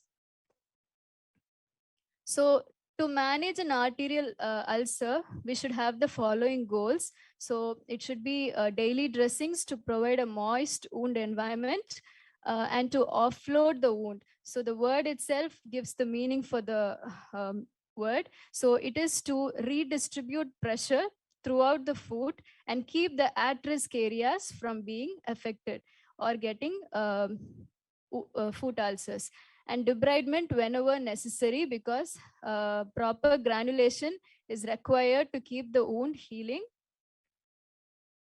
Antibiotic therapy to prevent infection, and optimal control of blood glucose to promote wound healing, and evaluation and correction of peripheral arterial insufficiencies through plasties and stenting. So we'll look on to the basics of foot care. So we teach the patients to examine their foot every day for any changes and to feel for the temperature, any warmth or anything. And they are supposed to use a hand mirror to see underneath their feet. And they should try to keep the foot warm at all times. And we also teach them to wash their feet with soap and lukewarm water every day. So patients with ulcers should do daily dressings with soap and water and saline dressings, and if any special dressings prescribed to them. And use moisturizers to prevent dryness. We also teach the patients to keep their toenails trimmed. So we should teach the importance of trimming it straight across, and to avoid any constricted clothing or jewelry. In Indian context, most of our people would wear toe rings, anklet. So people at risk, as we saw in the earlier slide, so people at risk, we should tell them to avoid such things, and we should always tell them to wear standardized MCR footwear to protect the precious limb. We also teach them to wear comfortable and well-fitting shoes or sandals. It shouldn't be too tight. And we also teach them not to walk barefoot, and diabetes and hypertension should be kept controlled for better wound healing. And there is something that is very important, especially for peripheral arterial vascular diseases, that is the interdigital area hygiene. So we teach the patients to look between the toes and to avoid toe rings. We also encourage them to interlock their toes with dry gauze to keep it free from moist, and to keep the area dry and clean. We also teach them to use a wide toe box design for sandals. And they should report if they have symptoms such as persistent pain, redness, swelling, localized warmth, and any break in the skin. So moving on to the footwear. So we are going to discuss about what is a therapeutic footwear.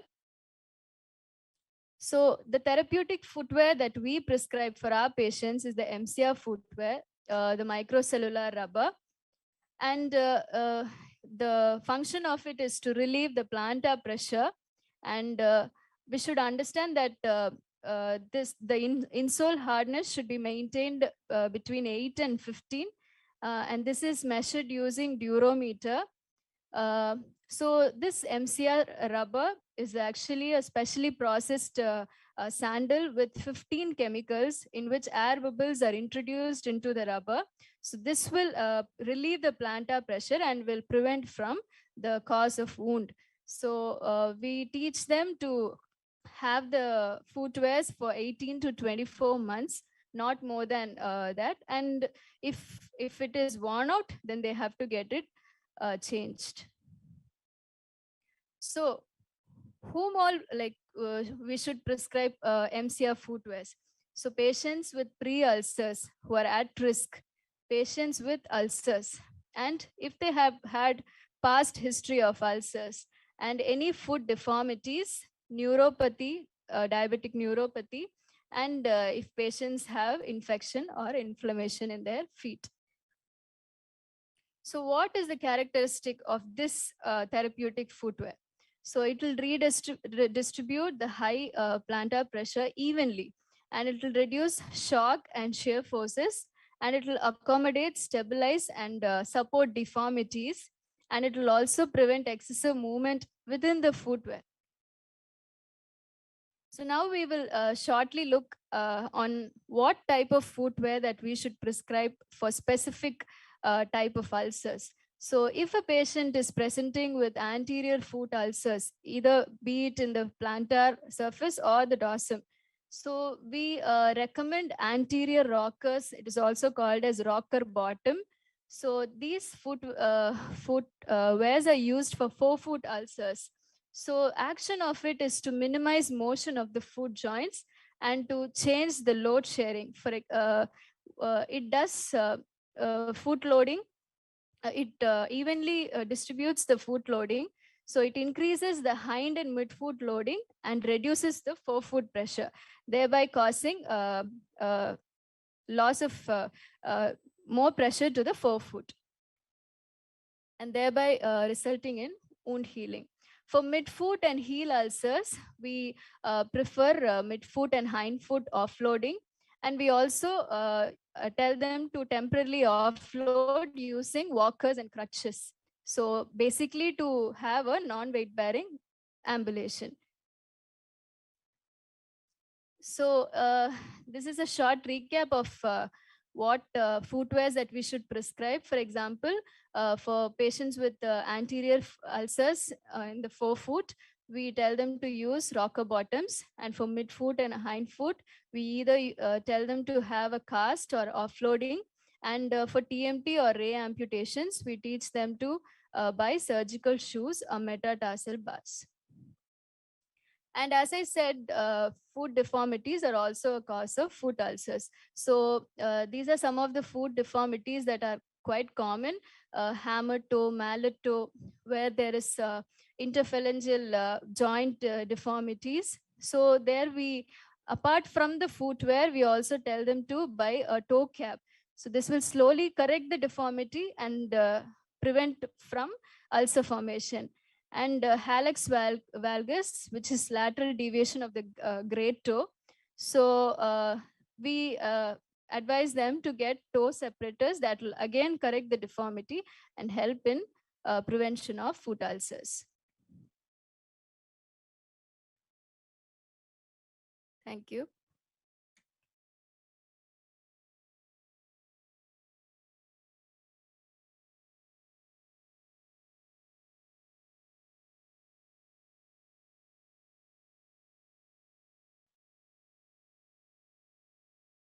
So we walked through this path of preoperative care, post-operative care, and we've looked at how the patient's foot can be shielded. And now we look at the goal and beyond, that is the home care of patients with these disease conditions. So here we have Mrs. Anubharati, the tutor in the vascular nursing ward of Christian Medical College, to run us through this session.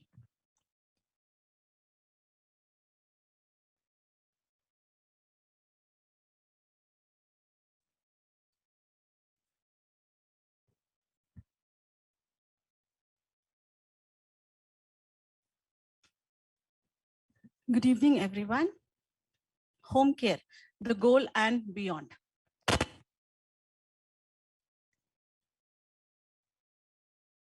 It is believed that the appropriate preparation of patients towards home care brings about bright hope, no matter whether the patients are hospitalized for their medical management or surgical management of diseases.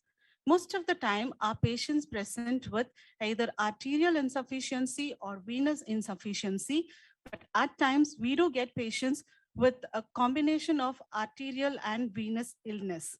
So preparation of these patients is very important, and the preparation towards home care should start at the first OPD visit and should continue as the patient, if the patient gets admitted in the hospital setting.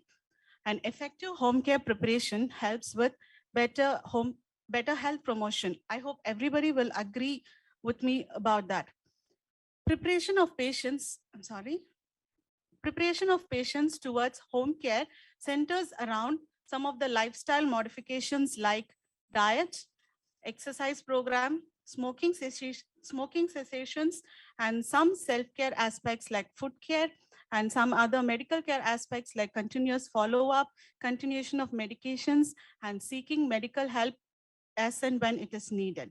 We should also remember to keep in mind the patient's cultural beliefs and practices as we are preparing the patients for home care. Okay, to start with the diet, according to the study done by Gardner and his colleagues, the patients with PAD present, like they have higher incidence. I'm sorry. Okay, patients with PAD and intermittent claudication is seen in patients with higher intake of low-fat, low-cholesterol diet and patients with diabetes. So all these patients are instructed to take diet which are less in fat, cholesterol, and also they are instructed to take diabetic diet. And their food should also include the items that include anti-inflammatory properties, antioxidants, and some of the vitamins. Okay, now of the total calories, less than 30% or less of the total calories should be obtained from the fat, out of which 5 to 6% of calories should be from saturated fat, and 10% from polyunsaturated fats, and 30% should be from monounsaturated fat. We also tell them to increase the intake of omega-3 fatty acids. So practically, we tell the patients to include more of fruits, vegetables, whole grains, and legumes in their diet, consume boiled food rather than taking fried foods, avoid canned foods and packed foods, avoid fast foods and fried items, and reduction in amount of salt intake is also advised, as increased salt intake contributes towards peripheral arterial diseases.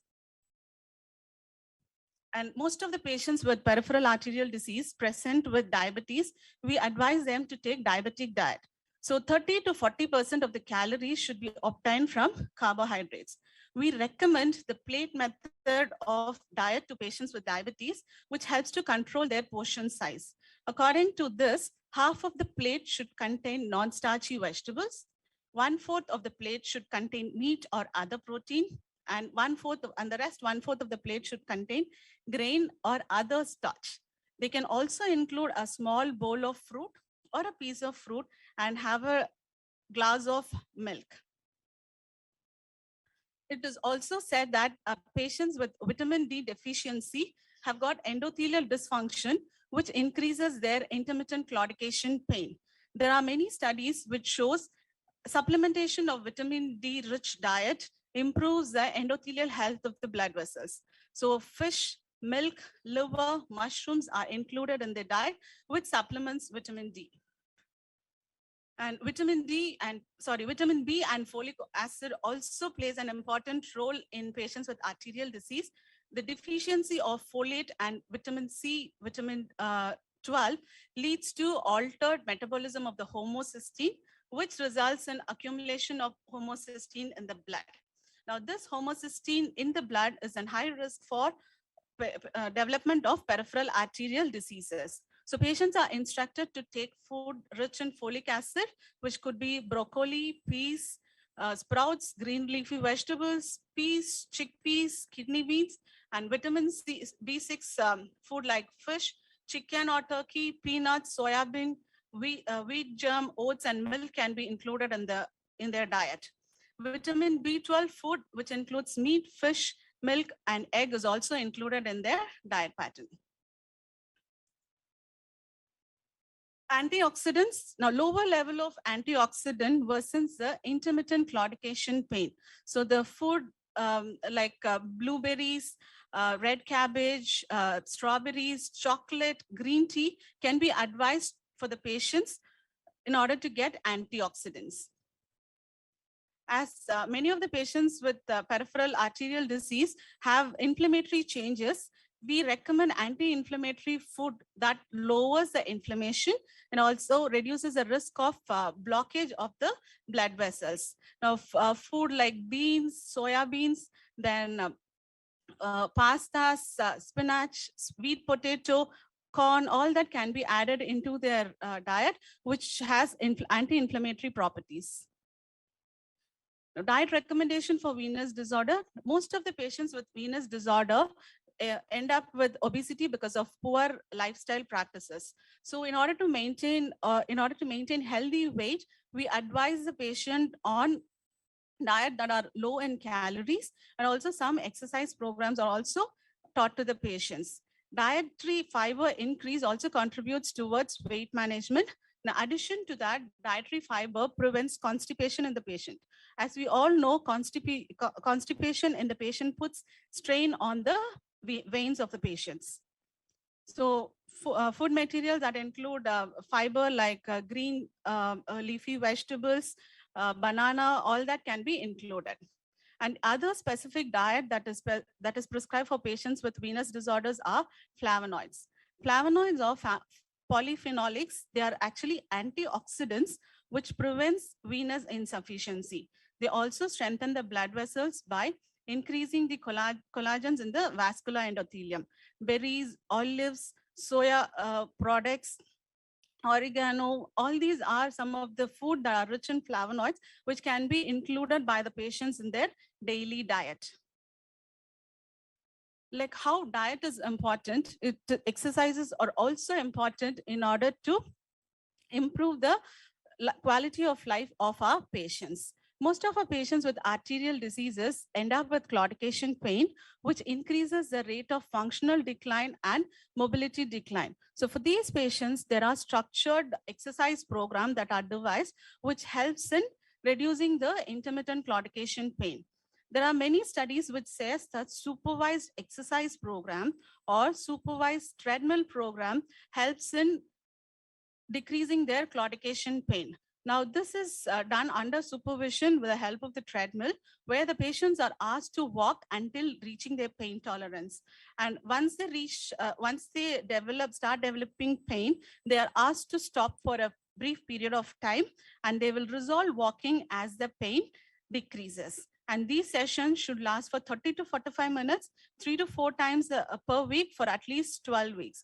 Now, the problem with the supervised exercise program or supervised treadmill program is that patients are not consistent with the training program, and also availability of treadmill is another problem with patients with poor socioeconomic background. So for patients like that, a home-based exercise program is devised, which is similar to the supervised treadmill program, but here it is just a simple walking exercise which a patient will follow. So here the patients are asked to make a walking schedule and they will be following it. So it's actually similar to the supervised treadmill program, where the patients are asked to walk until they reach the pain tolerance. They will stop for a brief period of time and they will start walking as the pain resolves. There are many studies which shows that the home-based exercises have actually improve the mobility of the patient without claudication pain. Patients with venous disorder have got problem with venous return. So our physical exercises program should center around increasing the movement of the ankle joint, which strengthens the muscle pump in the calf muscle. Thereby, the venous return is increased. So patients are taught some simple exercises like walking, cycling, swimming, foot and leg exercises. Now, foot and leg exercises, we ask the patient to do flexion and extension at the hip, flexion and extension at the knees, flexion and extension at the ankle, and rotation of the ankle. The other exercises which we teach to the patient include limb elevation exercises. So here the patients are asked to elevate the limb above the heart level for about 30 minutes, 3 to 4 times a day, which increases the venous return. The other exercise that is done to strengthen the calf muscle pump is that tiptoe exercise or the calf raise exercise. Here, the patients are asked to stand up straight with the legs parallel to each other. We ask them to raise up onto the tiptoes and hold the position for 1 or 2 minutes. After which they will lower the toes to the floor and they will start raising the heels. And this exercise will be repeated 5 to 10 minutes over 1 to 2 minutes of time. Bicycling exercise is just similar to cycling, but this cycling is done in the air. Now, patients are asked to lie down on the back, raise their legs in the air, bending them at the knee to make a 90-degree angle. Slowly, they will be asked to kick the right leg out while keeping the left leg bent. And they will return the right leg to the straight position and they will switch over. Now, when the patients do, it will just mimic cycling in the air.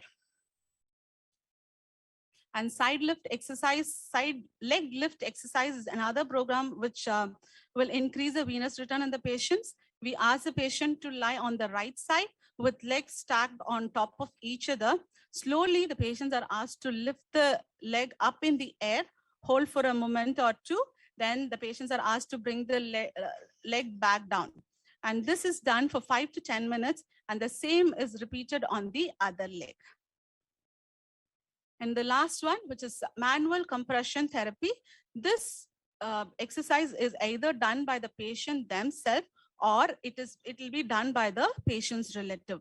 Here, the patients are asked to give compression starting from the heels to the ankle and then from the ankle to the knee and from knee to the groin. So this will improve the venous return in the patients. So all the exercises that are done towards uh, uh, are done towards the improvement of the venous return in these patients.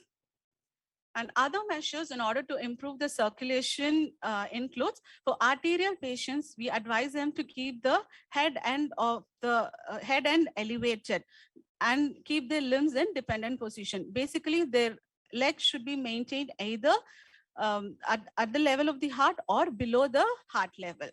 And when patients have got ulcers, we ask them to protect and cushion the feet and hands in order to prevent further injury. Patients living in high altitudes or patients or during the winter seasons, patients are asked to keep their limb warm with the help of hand or foot warmers. We tell them to avoid circular compression bandages around the feet or around the knees. And we also tell them to not to sit with legs crossed over each other, as it will impede the circulation. And in order to improve the venous return, we ask the patient to elevate the lower limb. And we tell them not to wear constructive clothing. We tell them not to sit with legs crossed over each other. And since venous disorders are common in patients who sit or stand in the same place for a longer duration of time, we tell them to move around in between every 2 hours, at least for 5 to 10 minutes, so that the venous return is enhanced. And finally, patients are prescribed graduated compression stockings according to the severity of diseases. Now, these graduated compression stockings exert greater degree of compression at the ankle, and the level of compression gradually decreases up the garment. This reverses venous hypertension, augment skeletal and muscle pump, facilitate venous return, and improve lymphatic drainages. As I said, it is the stockings are prescribed according to the severity of the disease. Patients with grade 1 venous insufficiency are prescribed stockings with pressure less than 20 mm of Hg, grade 2 being 20 to 30 mm of Hg, and grade 3 more than 30 mm of Hg. When patients are prescribed stockings, we advise them to wear it throughout the day, and it can be removed in the night. Initially, when the patients are given compression stockings, they might find it little uncomfortable, but the pain will subside as they get used to it. But if the pain increases, or if there is any discoloration or numbness of toes observed, they have to remove the stockings and they have to report to the healthcare provider. In order to maintain the vascular health, we advise the patient on smoking cessation. 80% of our patients with peripheral arterial diseases are either current smokers or former smokers. We have to sensitize the patient that quitting smoking will improve the circulation and will decrease the intermittent claudication pain. So appropriate counseling has to be given for our patients, and also smoking rehabilitation with nicotine replacement can be suggested. Many of our patients with arterial and venous disorders present with foot ulcers. So foot care also plays an important role. So we explain them about the daily inspection, washing the feet with mild soap, keeping it dry, keeping it moisturized with application of creams, petroleum jellies, or oil. And foot care is also very, very important. Foot care and footwear, we tell them not to walk barefoot. Proper footwear has to be prescribed for the patients, and professional and nail care is essential if the patient is in need of it. Continuation of medication. Now, patients with arterial disorders are usually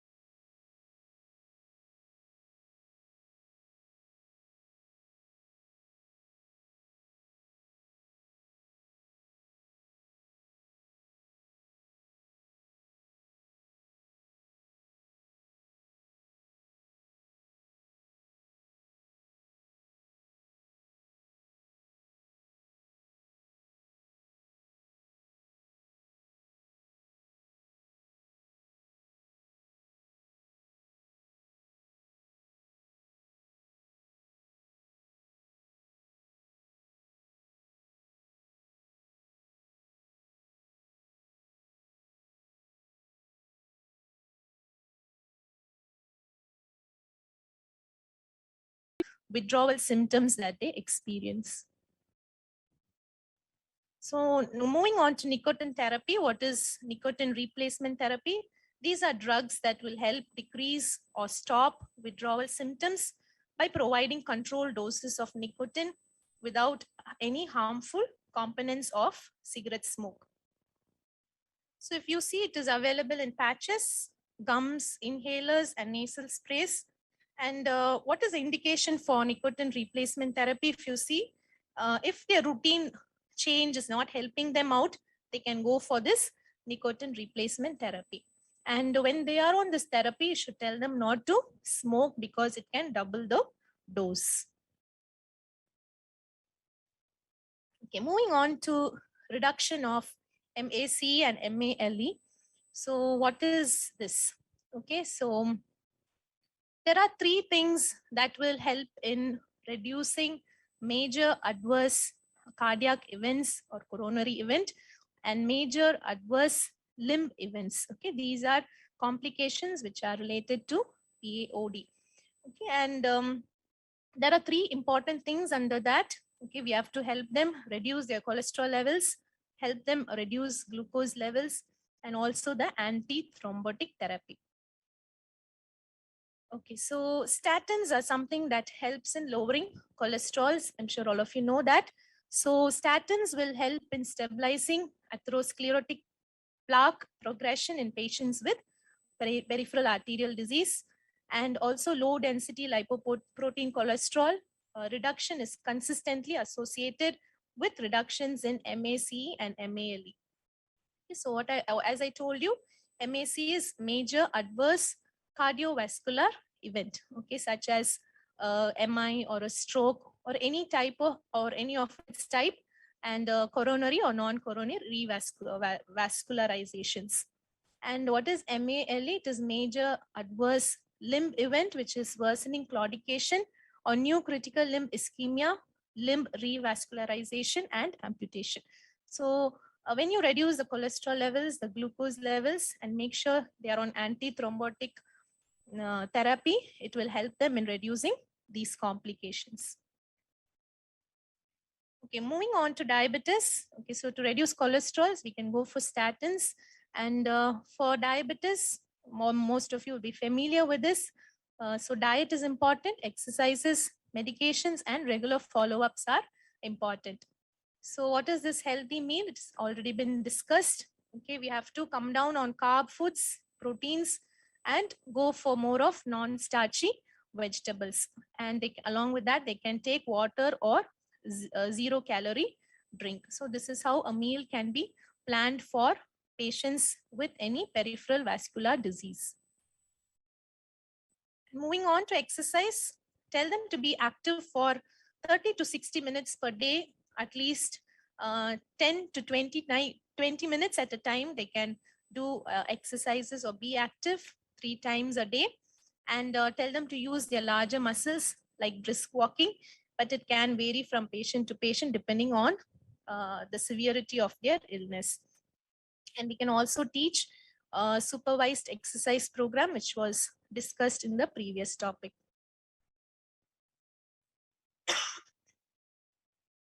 And moving on to medications, we have they should take drugs as prescribed by their physician, and they should be regular and compliant to it, and ensure that their sugar levels are monitored.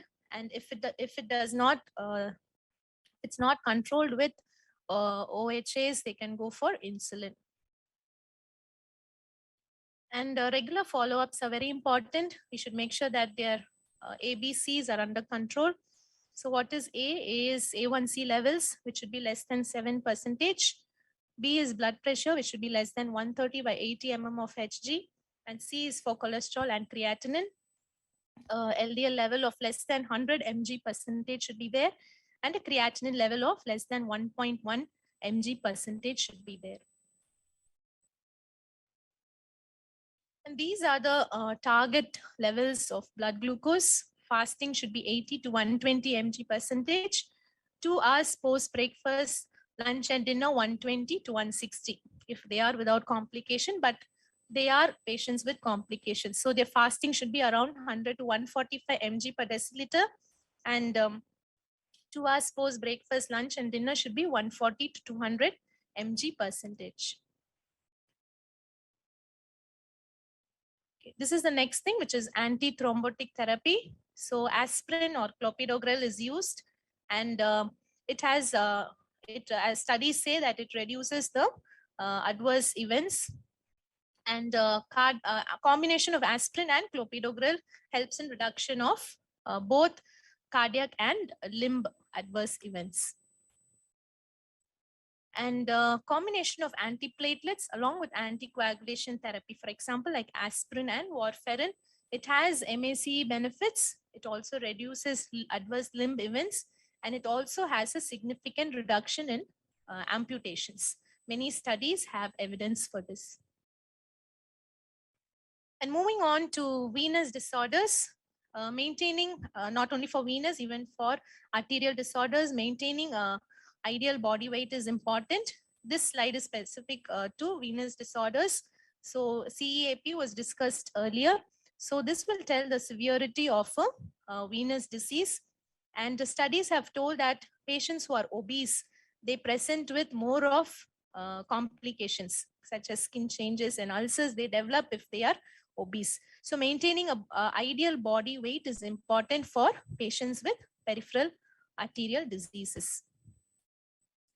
And moving on to weight reduction plan, there should be lifestyle changes, exercise plans. All this have been discussed, home care management as well. Nutritional education is important, and patients can also go for bariatric surgery for weight reduction.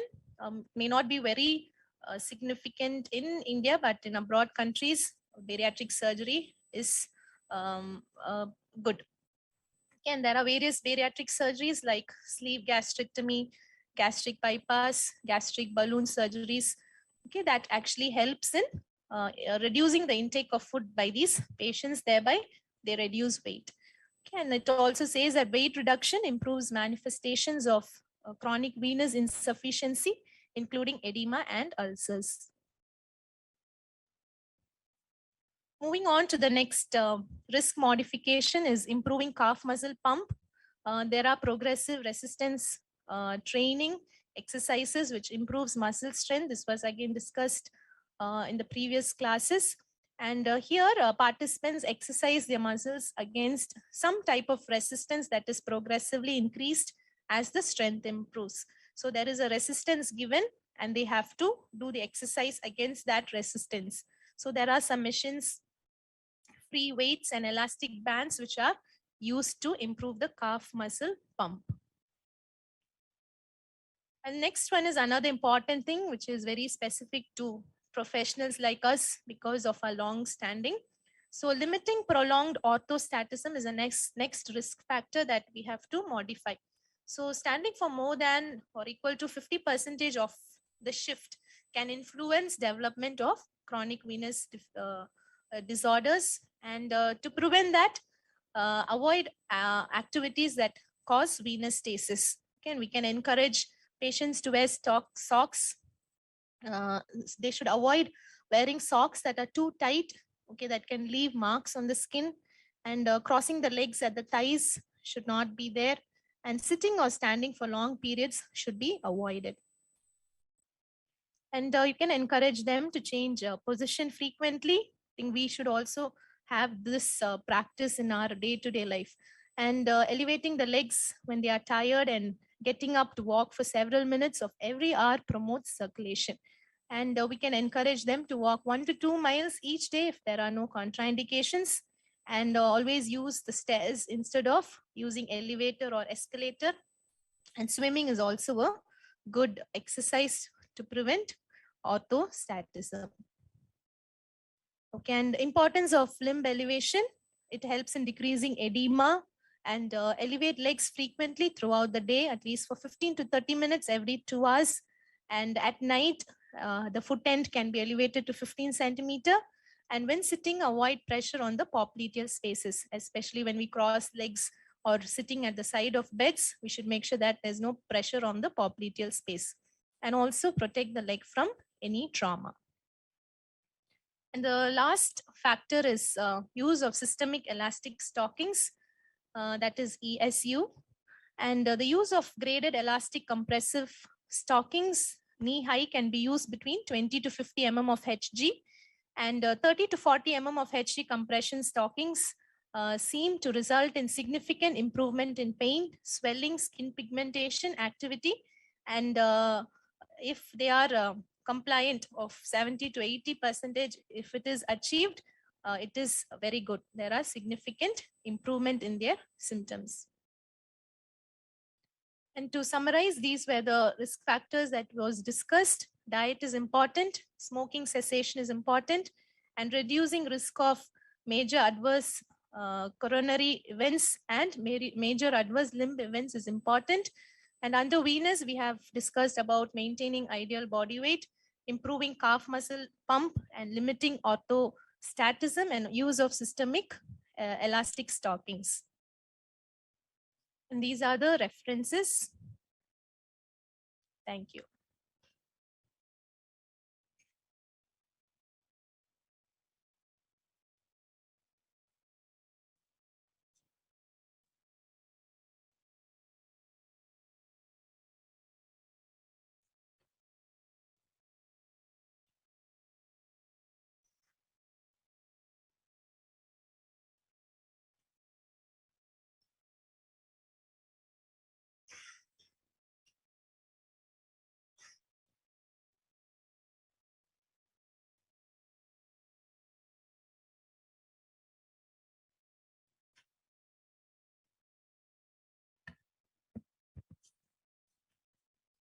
Thank you all for your patient listening. We will now have nurses' paper presentations. So for this, I would like to invite the judges, Dr. Sheila Durai, Ms. Hannah Rose Joycey, and Dr. Nihar. Can I please request the judges?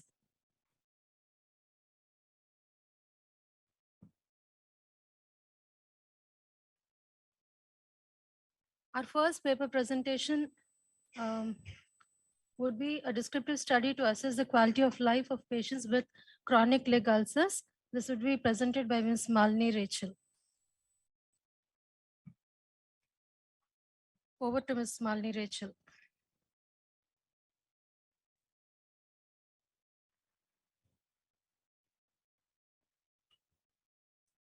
Good afternoon. This presentation is on a research topic done on chronic leg ulcer patients.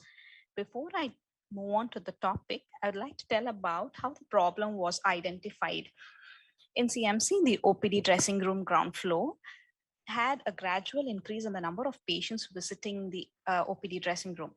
And the researcher was aware from the staff that the chronic leg ulcer patient had a non-compliance towards wound dressing on a long run.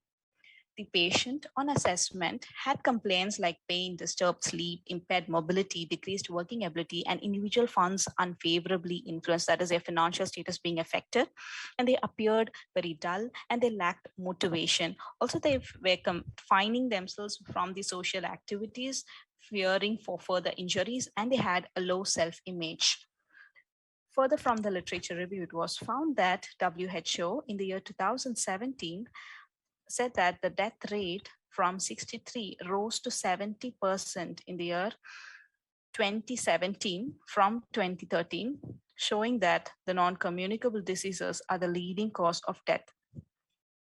Also, the common complication leading to morbidity includes chronic leg ulcers.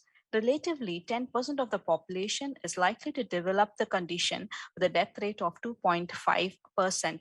And from another study, it was approximated that worldwide, every 32nd lower leg amputation is done for the infection, because of which the researcher did a descriptive study to assess the quality of life of patients with chronic leg ulcer in selected areas of CMC Vellore. There were two objectives of the study. The first one is to assess the quality of life of patients with chronic leg ulcer. And the second one is to identify the association of quality of life of patient with chronic leg ulcer with their selected demographic and clinical variables. Moving to methodology, a quantitative research approach with a descriptive correlational design was used.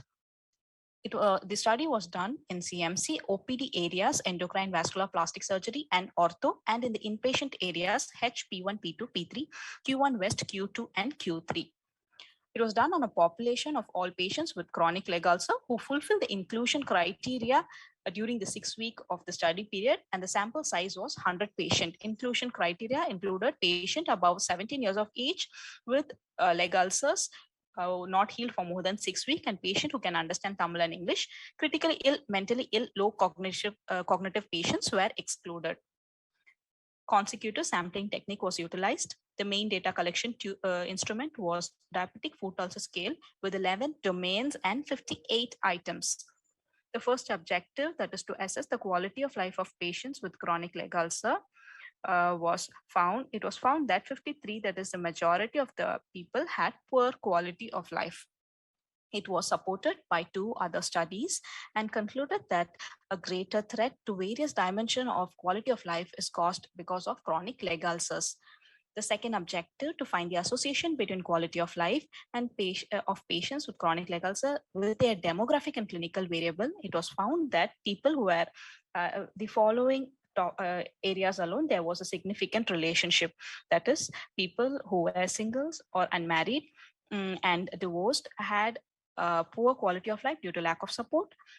People residing in urban areas had better quality of life due to accessibility to hospital for medical help. Patients who had a better monthly income and no debt had a good quality of life.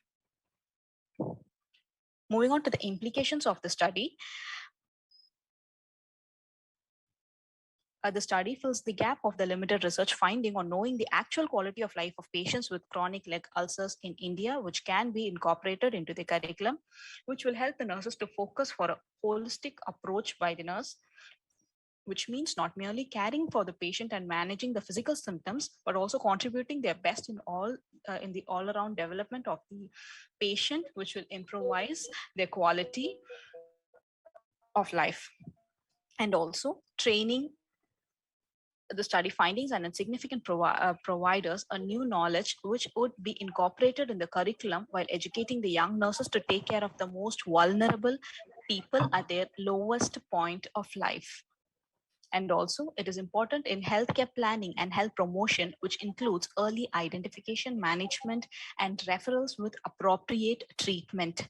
Nurses who have opportunity to spend quality time with these patients and families should be well equipped with in-depth knowledge and competency on chronic leg ulcers causes, their specific care, early detection, and prevention of complication associated with chronic leg ulcers.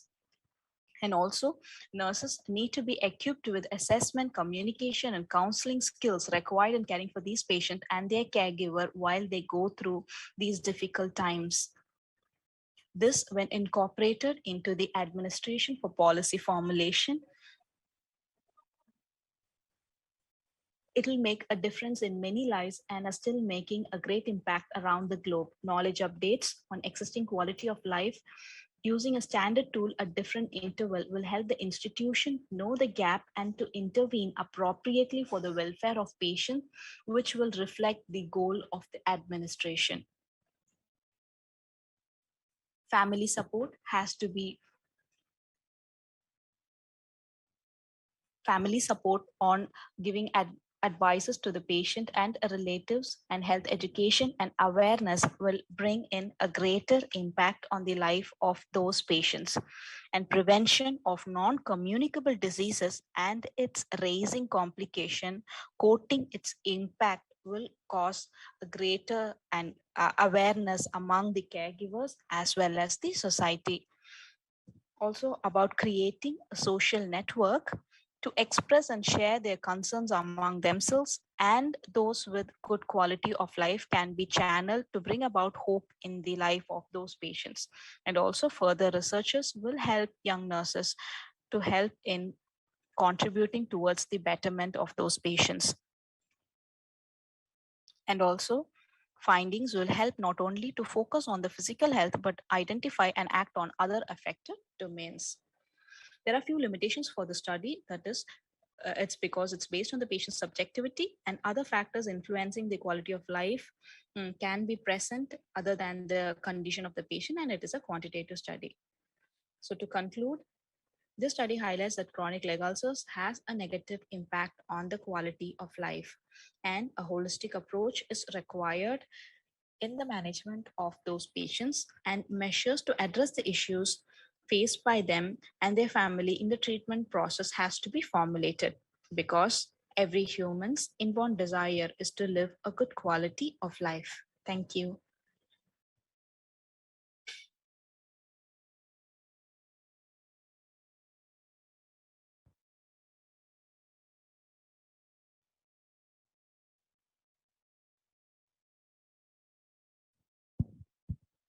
Thank you, Malini. I now request Dr. Nihar Ranjan Pradhan, the Chief of Vascular Surgery at Apollo Hospitals, Jubilee Hills, Hyderabad, to ask questions regarding the presentation. Thank you, madam. Actually, thanks, Malini. Nice means the observational study and the presentation. And I think you have done within the time. So now thing is, nicely you have told that each patient need to be have a holistic approach. Yeah, Is thank you, sir.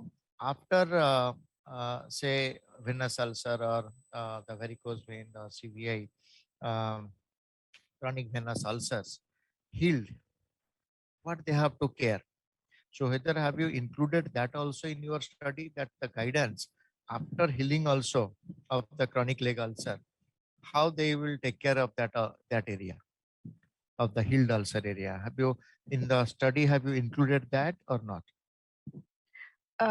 Good evening, sir. Thank you so much. So I have not included that aspect in the study.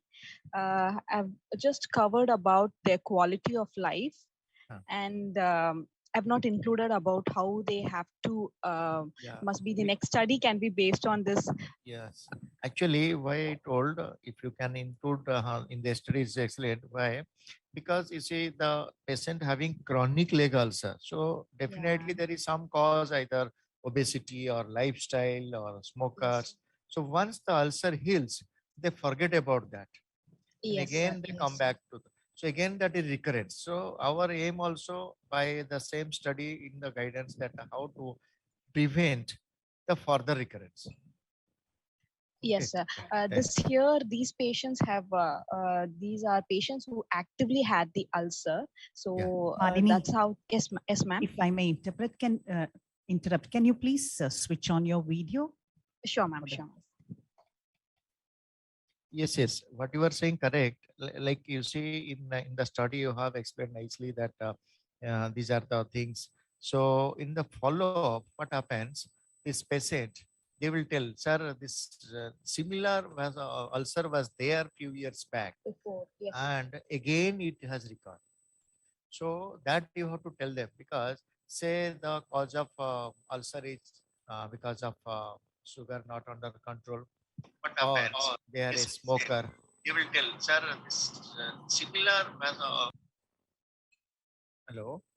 Hello. Yes, sir. I can hear you, sir. Yeah. So those patients, they will tell that again they will come back to the smoking or obesity again increase. So they won't take care of the healed ulcer side where it is a dry ulcer, dry skin. They have to apply some moisturizer like that to prevent further damage, to prevent recurrence. Okay. Yes, Thank sir. you. Sure, sir. Thank you, sir. Thank you, Dr. Nihar. I now call upon Mrs. Hannah, the Corporate Nursing Initiative lead at IHH Healthcare India, to ask her questions. Malini, if you could come back on video, thank you. I'm on video, ma'am. Thank you, ma'am. Malini, it was a nice presentation. I also go along with sir with the points that he just said. It will be nice if you follow up on these patients as well to know their quality of life later when they come to us in OPD and if they're coming with recurrence. And Sure, ma'am. yes, maybe a pamphlet or a brochure that you can give to them when they discharge will be of great help to them. Yeah, all the best. It was good, Malini. Thank you so much, ma'am. Thank you, Mrs. Hannah. Malini, it was a great presentation. Thank you, ma'am. Usually when we do a study of this type, when you talk to patients, many of them will come up with something so striking that it stays on your mind. Yes. Was there something that many of the patients came up with that you still remember? Many of them, what I observed was, and when they started ventilating, they weren't focusing on their injury or the part which was affected. But when it comes to chronic leg ulcers, the immediate focus as a healthy member is on the wound and not on the person. But after interviewing patients, I got to know that their focus is primarily on their lifestyle that has been changed because of the wound and not the wound. And because of which, on a long run, when the wound is not getting healed, they don't even start caring for the wound. They stop gradually coming for the dressing, or they stop caring for themselves. And because of which their health condition is worsening and they become much more worse. So what I got to know, more than their physical state, mentally they were getting very disturbed. And also their locality, their friends and community have started having a distance from them because they were not as motivated or as happy. The life that they're leading before had a change, and this change, their friends were not able, friends and the community and family were not able to come with them or walk the extra mile in helping them to come out of their sorrows. So these are the things that were hurting them the most than their physical illness. So that was very striking. Thank you, Malini. Yes, ma'am. Anything else? Yeah, that is a great secondary finding of your study. And I think that goes to show that holistic nursing care of these patients are so very, very important. It's not just the wound that we need to focus on, but the entire person, the human. Thank you so much and all the best to you. Thank you so much, ma'am.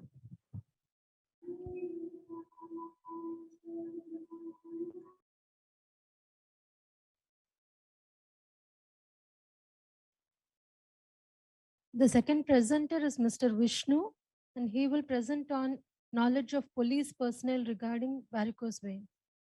Over to Vishnu. Good morning all. Today I'm going to present on my research topic, knowledge of police personnel.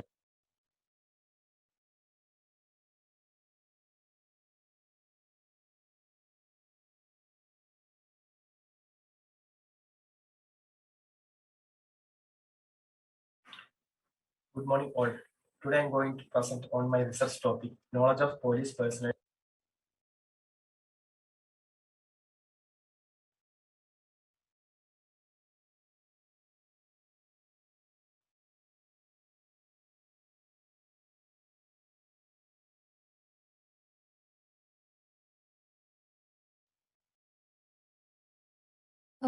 Vishnu, are you live?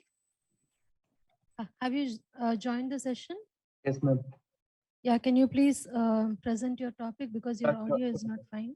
Thank you. Please share your slides. Okay.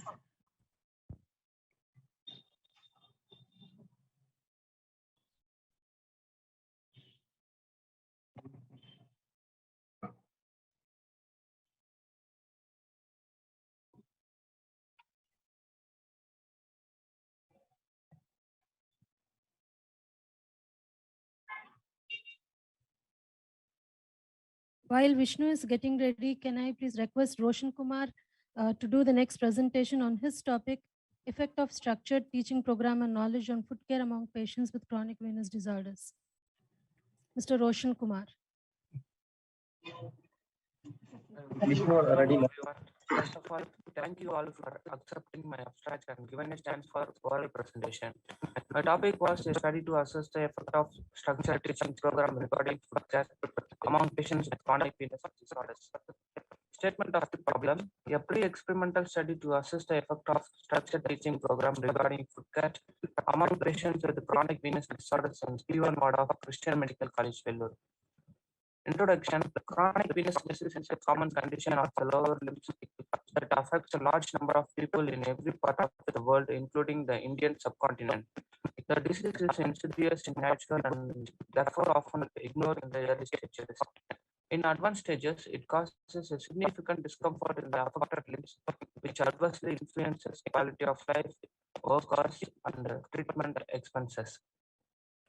My objective was to assess the level of knowledge on foot care among patients with chronic venous disorders, and then to compare the knowledge on foot care before and after a structured teaching program.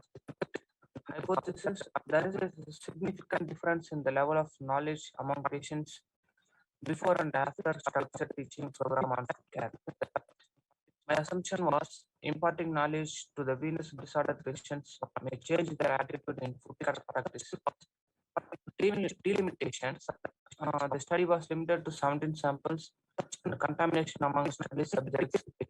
Extraneous variables like effects of routine teaching cannot be excluded, and since it is a one group pre-test post-test design, the subjects may be familiar with the questionnaire during the post-test.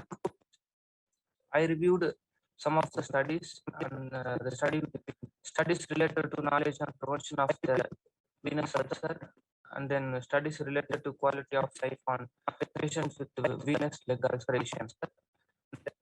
This is one group pre-test post-test design, and the study was conducted in P1 ward, Christian Medical College, Chennur. The population consists of all the patients with chronic venous disorders, and the sample size was 17. I used consecutive sampling technique. And there were some inclusion and exclusion criteria.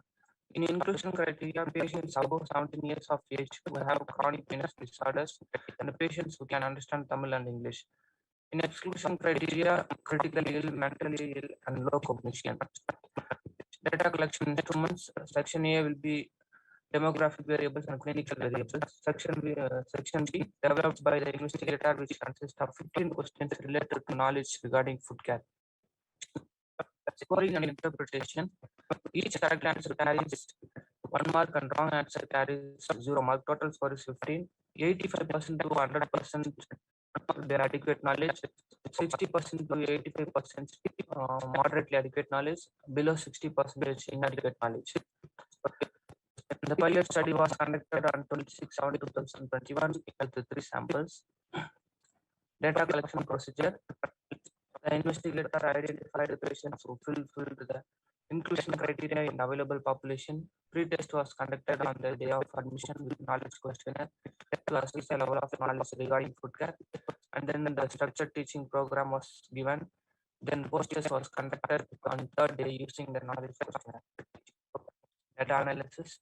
Demographic and clinical variables was described using descriptive statistics like mean, frequency, and percentage.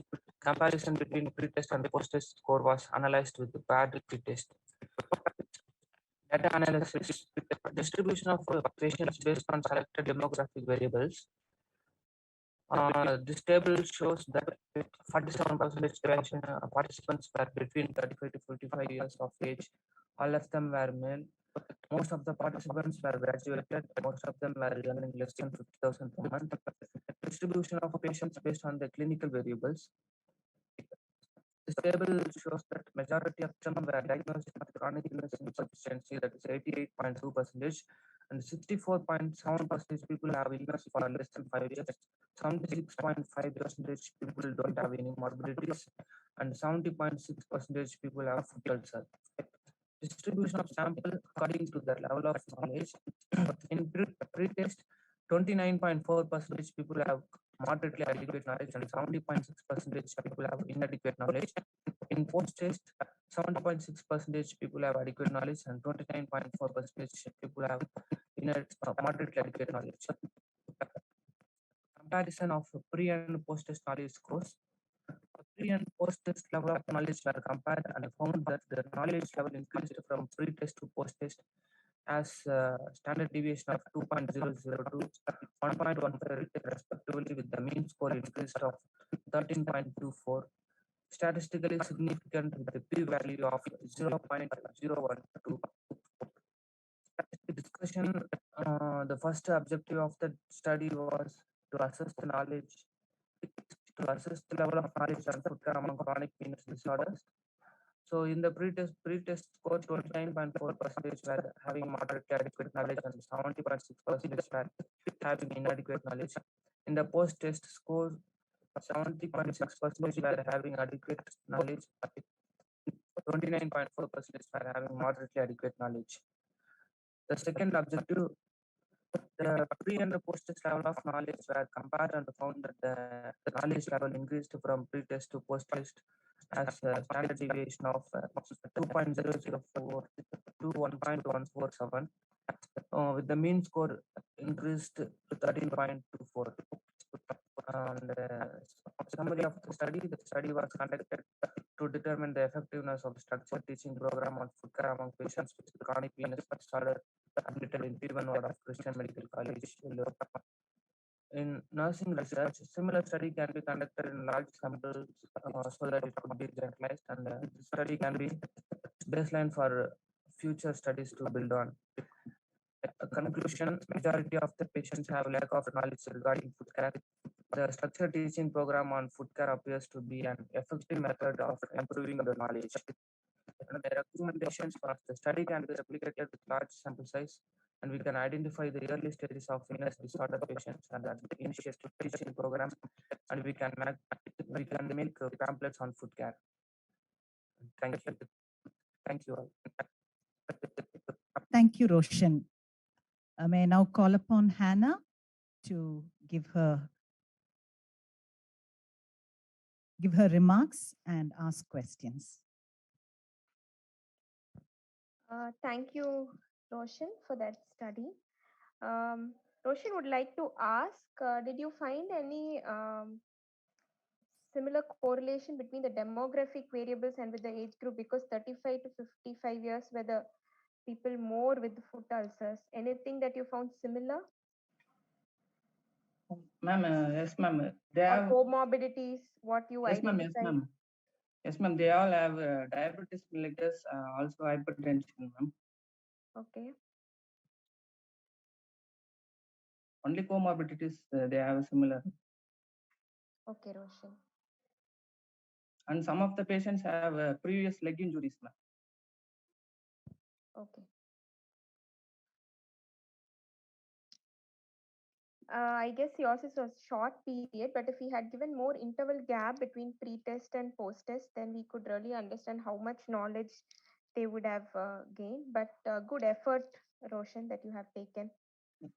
Please Thank take you, it ma'am. forward on Thank you, doing ma'am. further studies on this and educating the same on them. Thank you. Thank you, Thank you, Hannah. ma'am. Over to Dr. Neha. Yeah, very good presentation, Mr. Rosen. Nicely presented. And as Anna is saying that if you include that will be much better study. But slowly in the next time you can. So next time we can add it. And another thing you can add in that what counseling, patient counseling will help you in the further treatment part also. Yes, sir. Okay. Yeah. Thank you. Thank you. Thank you. Thank you, sir, for your comments. Well done, Roshan. And I have one question for you. Yes, ma'am. Usually, when we give this teaching to the patients, they will come up with something saying, I'm not able to do this because of this. I have this limitation at home. I cannot follow this. So, was there something common among all your patients?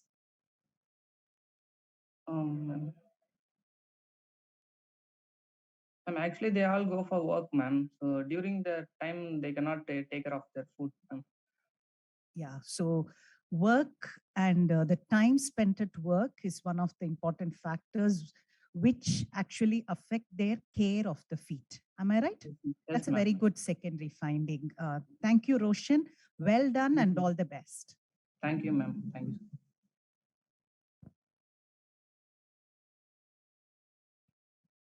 So Mr. Vishnu is there? Mr. Vishnu. Can I please request Mr. Vishnu to present his study? Yeah, ma'am. Sure, ma'am.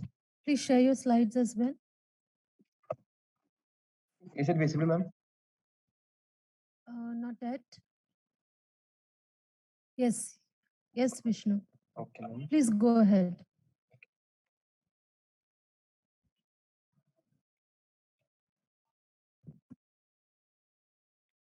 Good afternoon, all. Today, I'm going to present on my research topic that knowledge of varicose vein among police personnel in Mysore city. Then, as an introduction, as per WHO, 2% of the Western population have varicose vein. Women have 3 to 4 times more than men. In India, varicose vein affects 1 out of 2 people over age 50, whose occupation requires prolonged standing. In Bangalore, 3 to 5% of population suffers from venous problems. 10% of population is having varicose vein. Over 30% of police officials are suffering from an illness induced by standing for lengthy period of time. Then our problem statement was a descriptive study to assess the knowledge regarding varicose vein among police personnel in Mysore city. Then our objective is first one is that to assess the knowledge regarding varicose vein among police personnel, and the second is to find the association between knowledge level of police personnel with their selected demographic variables.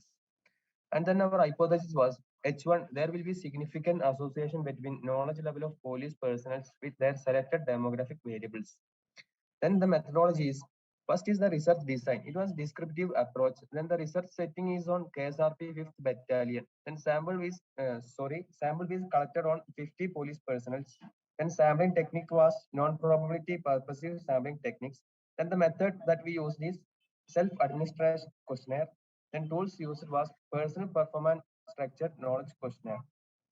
Then the inclusion criteria is police personnel and working in particular battalion, and they are able to read and understand English or Kannada and present during the time of the study. Then coming to the results, our major findings of the study was demographic characteristics of the samples. Majority of the police personnel, that is 33 of them, 66% were aged between 46 and above. Then majority of samples are Hindu, that is 82%. Then majority 86 of them having working experience of 6 and above years. Then majority of samples 80% having family income of 11,000 and above. Then majority 46% have 10 and above hours. Then 100% of them are having higher secondary education. Then the table show knowledge of level of police personnel and varicose vein. In this finding shows that 25 of them, that was 70% of the police personnel having moderately adequate knowledge, and six of them means only 12% of them having adequate knowledge, and 9 then 80% of them having poor knowledge regarding varicose. Similar finding observed in the study conducted in Bangalore, which revealed that 70% of had average knowledge and 27% had poor knowledge and only 3% had good knowledge. And the knowledge score was mean is 15.12, then median was 26.5, then range is 6 to 26, and the standard deviation was plus or minus 4.40. And the association of knowledge scores with the selected demographic variables findings reveal that there is no statistically significant association between the selected personal variables of police personnel. Hence, the null hypothesis is rejected. Then, on the board, carrying out the present state was really an enriching experience to the investigator. It also helped to explore the Vishnu, can I please interrupt? It's not very clear. Your audio is not very clear. Can you please speak into the mic? I will conclude, ma'am. Thank you. Police personnel have moderate level of knowledge regarding varicose vein. Periodic screening is recommended for early detection and treatment of the varicose vein, and it is necessary to create awareness to prevent varicose vein. Thank you, ma'am. Thank you, everyone. Thank you, Mr. Vishnu. Over to Dr. Neha for his comments. Yeah, Dr. Vishnu, it is a night study that all we know that police personnel are having long standing and long sitting profession. And though they need physical fitness before entering to police, I think after entering to the job, they are busy in their job, they are less health, they're giving less time to their own health. So many times you'll see that obesity and as well as few of them smoke. So both of them that causes more, apart from the job, the venous pressure increases. So as the study is good, that with the knowledge, the existing knowledge, how we can develop a good knowledge schedule for them by repeated talking to them. And also they have some paraphernalia of leg exercise, how they can do. Correct. And similar, any plan for the extension of the study, like you have taken only one area of police. So anything Sir, more is there? Yeah. at the time of the study, we given we given some of the health educations for the Mr. prevention. Vishnu, can Yes, you sir. please come on video as you answer? Thank you. Video was on, ma'am.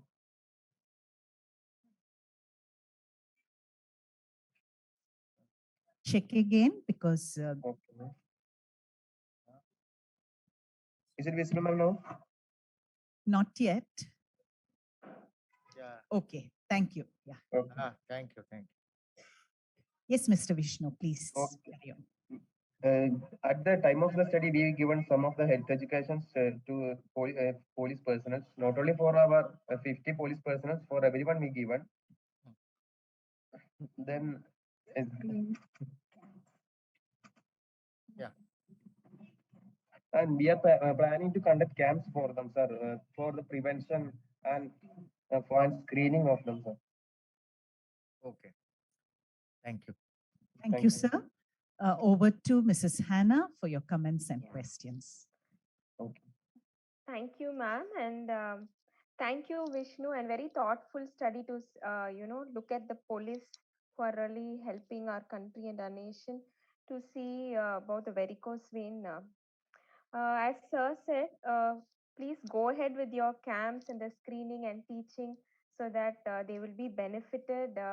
Please continue it on other areas in your place and so that we can get more understanding of how many of them, since their profession is so that they have to work over long hours. Maybe you can try from your end how you can help them. And yes, it was really interesting to listen to your study. All the best. Thank you, ma'am. Mr. Vishnu, it was a great presentation. Let me ask you, how did you identify this population? Why did you have this interest to do the study among the police? Ma'am, not only for the police persons, ma'am, many of the occupations, many individuals require, ma'am, prolonged standing, ma'am. But due to the convenience, we taken only the police persons. That's all, ma'am. Thank you. If it's teachers or in the nurses or doctors working in hospitals also, they need for prolonged standing when they're looking their work and duty, ma'am. Thank you. Thank you, Mr. Vishnu. Very well done. All the best. Thank you, ma'am. Our next presenter is Ms. Mandeep Kaur, and she will be presenting on incidence of thrombophlebitis among traumatic brain injury patients getting mannitol infusion. Over to Ms. Mandeep. Good afternoon, ma'am. Am I audible? And good afternoon, everyone. I'm going to present the work titled Incidence of Thrombophlebitis Among Traumatic Brain Injury Patients Getting Mannitol Infusion at a Tertiary Care Institution in North India, an observational study. Mannitol is a simple sugar. It is used as a hypertonic solution, and it is a very popular modality in most of the countries across the globe among patients with traumatic brain injury. It works through its osmotic action as well as ability to cause plasma expansion. It is the method of administration is IV. However, its use has been linked with the development of thrombophlebitis. Phlebitis can be of 4 types, including mechanical phlebitis, chemical phlebitis, bacterial phlebitis, and post-infusion phlebitis. Chemical phlebitis is one of the most common types of phlebitis, which is occurring during IV therapy. It can be caused due to improperly mixing or dilution of the solutions, presence of particulate matter, rapid flow of infusion, length of indwelling catheter, and may occur when the skin is not properly dried while insertion of IV cannula. Also associated with acidic fluids and hypertonic fluids. As we know, mannitol is hypertonic in nature, so its occurrence of chemical thrombophlebitis with mannitol use can be explained via its ability to induce the endothelial cell apoptosis along with activation of tyrosine and stress kinases and elevation of intracellular free calcium ion. So it is exerting a deleterious effect on vascular endothelium, and animal studies have clearly shown a risk of thrombophlebitis with therapeutic dose of mannitol. So the development of thrombophlebitis will not only cause discomfort to the patient, but it will also adversely affect the amount of drug delivered. Until date, there is no published study on exact incidence of thrombophlebitis among patients with mannitol use. So the present study is first of its kind study with the aim to assess and compare the incidence of thrombophlebitis among traumatic brain injury patients getting mannitol infusion versus those not getting mannitol infusion. The material and methods for the study, the research approach is quantitative, observational study design, and the setting of study was Tertiary Care Center of North India, which is well known for its trauma care. The sample size was 30 patients of traumatic brain injury who were receiving mannitol infusion and 30 patients who were not receiving mannitol infusion, selected via purposive sampling technique. Inclusion criteria was all the adult patients with TBI and the patients or whose caregivers were willing to participate in the study. Patients who were known case of migratory thrombophlebitis, cellulitis, or vasculitis were excluded from the study. The study was approved by Institute's Ethics Committee, and observation and self-report were used as method of data collection. The tools for data collection were socio-demographic profile, clinical profile, and visual infusion phlebitis scale. Procedure for data collection: after obtaining written informed consent from patient, family, caregivers, the demographic details of the patient, details of occurrence of injury, including time, date, and mechanism of injury, presence of any comorbidities were recorded by interviewing the patient or family caregivers. When the patient was unconscious, family caregivers were interviewed. Additional information regarding mannitol use in case of mannitol use receiving group, all other IV drugs being administered to the patient, size of IV excess and frequency of cannula change were obtained from medical records of the patient. All the information was recorded in a pre-developed format. Occurrence of thrombophlebitis and severity was assessed by using visual infusion phlebitis scale. Patients in both the groups were observed once in a day for a period of 1 week or till development of thrombophlebitis, whichever is earlier. Development of thrombophlebitis was recorded along with its severity score, and the same was also informed to the nursing officers caring for the patient for change of cannula and instituting appropriate measures to prevent further progression of the thrombophlebitis. Results: mean age of the study subjects in both the groups were comparable. Majority of the patients were male in both the groups. Motor vehicle collision was reported to be the most common cause in both the groups, and majority of the patients had no diagnosed comorbidity on admission. Most commonly used cannula size was 18 gauge, and both the groups were statistically similar in terms of demographic characteristics and clinical details. However, there was a statistically significant difference in terms of incidence of thrombophlebitis in both the groups. A total of 29 patients developed thrombophlebitis in mannitol receiving group, whereas only 17 patients developed thrombophlebitis in no mannitol group. Severity of the thrombophlebitis was grade 2 in both the groups. There was a relative risk of 1.7 and odds ratio of 22 for thrombophlebitis development among mannitol receiving group versus non-mannitol receiving group. The attributable risk percentage was found to be 40%. There was no significant association with other factors in relation to occurrence of thrombophlebitis in both the groups on chi-square test discussion. So it has been seen that mannitol is a vital modality to be used for brain injury patients in due to reduce intracranial pressure, but there is very high risk of thrombophlebitis in patients who are receiving mannitol as compared to those who are not. Possible reasons for development of thrombophlebitis could be attributed to its high acidity and high osmolality as compared to serum pH and osmolality. So these findings are also studied by the those of a study conducted by Lee et al., where hyperosmolar drugs has been identified as a risk factor for thrombophlebitis. And other studies have also supported these findings, where nurses have perceived the mannitol as a potential risk factor for development of thrombophlebitis. Having a comparison group also adds to the work of the findings, whereas other extraneous factors were same for both the groups in this study. So there is a very high rate of development of thrombophlebitis among the mannitol receiving group. It is evident from evident that mannitol is a valuable therapy for patients with TBI. But so nurses working in neurosurgical and trauma units need to take extra precautionary measures to prevent development of thrombophlebitis among patients receiving mannitol. Each and every patient getting mannitol should be assessed regularly. Strict asepsis should be maintained while handling the IV excess, and decision should be made to change the cannula device and site at the earliest in case of first sign of thrombophlebitis is identified. Nurses need to be sensitized regarding prevention and early identification of thrombophlebitis. There is a need of SOPs in every organization, which include the interventions to be followed in case of thrombophlebitis. So limitations of the study, present study is conducted in a very busy neurosurgical wards. There may be other factors which might have contributed to development of thrombophlebitis like drying time and routine of flushing of IV lines, which were not assessed. Conclusion, so appropriate timely identification of thrombophlebitis is essential. Nursing measure to prevent this can help in reducing the incidence of thrombophlebitis among patients having traumatic brain injury.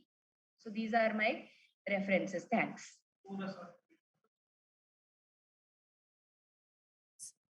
Thank you, Ms. Mandeep Kaur. I now request Dr. Nihar to give his comments and questions. Yeah, thanks, Ms. Mandeep. Nice, thorough, proper study with your ethics committee approval and all.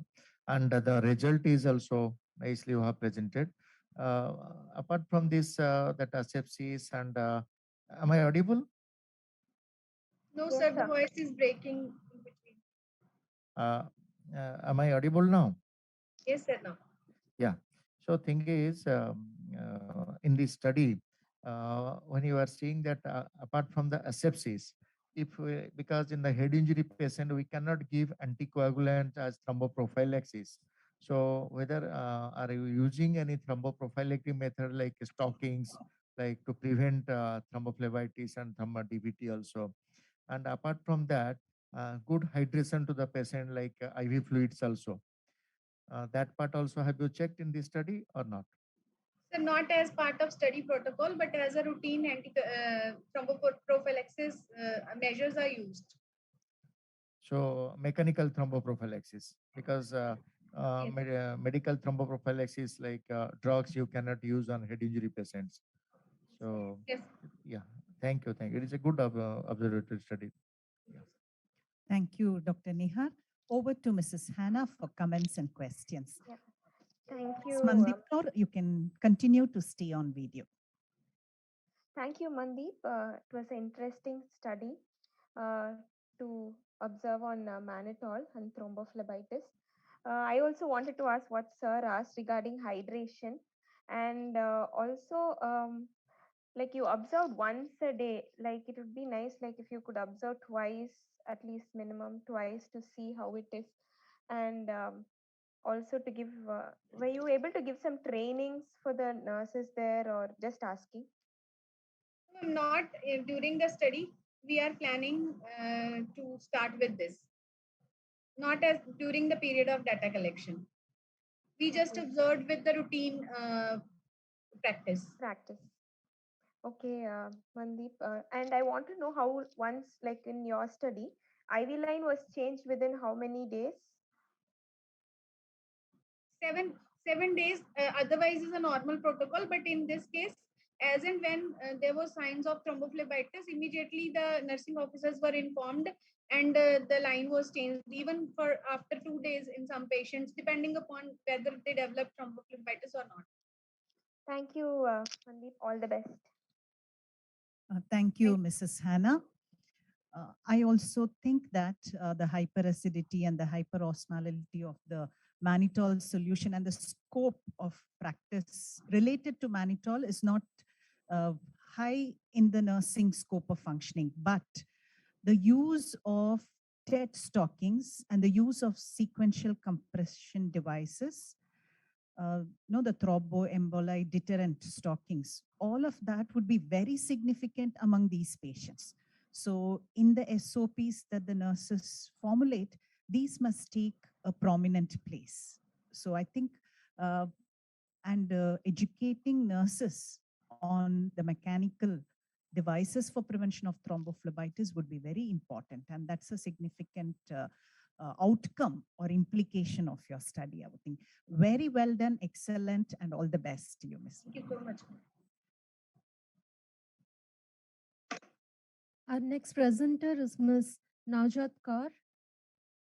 She's here to present her study on experience with laser and topical treatment in diabetic onychomycosis, a 6 months follow-up of 25 patients.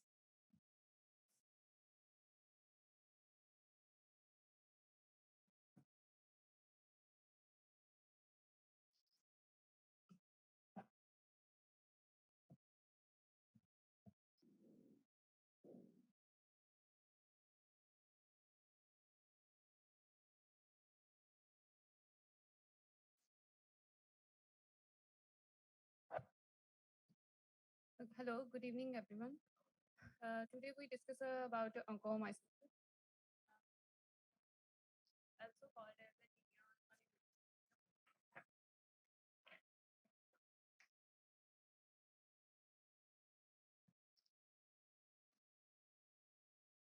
it's a fungal infection that affects either the fungal nails or toenails, commonly seen in diabetic patients, due to which nail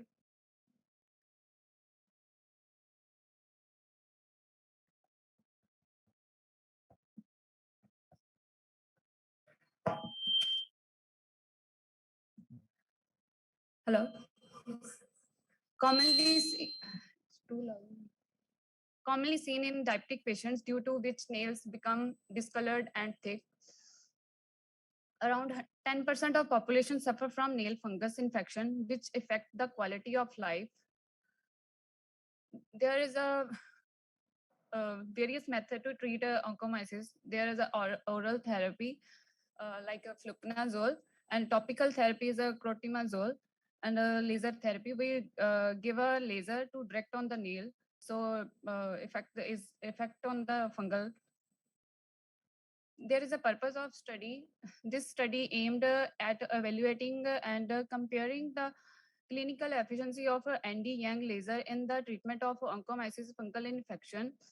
ND-Yang laser penetrates in tissue and to target the fungal overgrowth in the nail plate. Normally, oral antifungal or topical ointments have poor response. In addition to it, present of a fungal infection common, but in the our recent dynamic approach, combination of laser therapy with the topical therapy considered to be very effective. There is a various material of and method. Nail kit we are using to clean the nail to nail kit with nail kit and 1064 ND Young laser CBD tip of 2.5 sport size, fluency of 1000 joules per centimeter, repetition rate of 2 hours. Delivery of laser energy with above setting on diseased nails. There is a short video how to laser work on laser.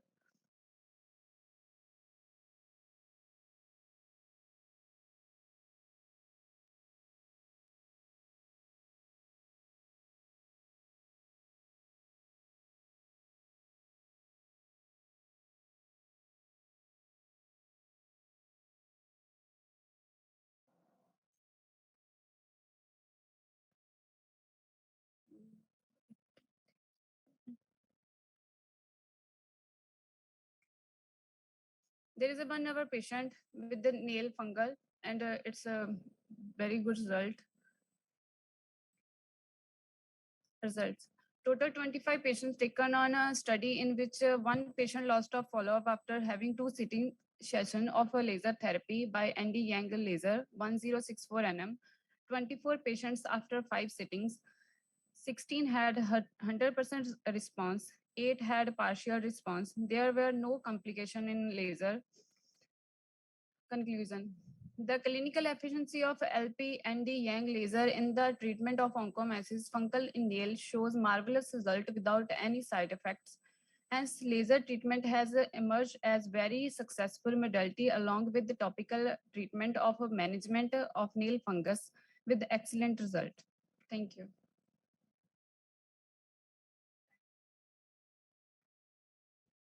Thank you, Ms. Naujit Kaur. Over to Dr. Neha for his comments and questions.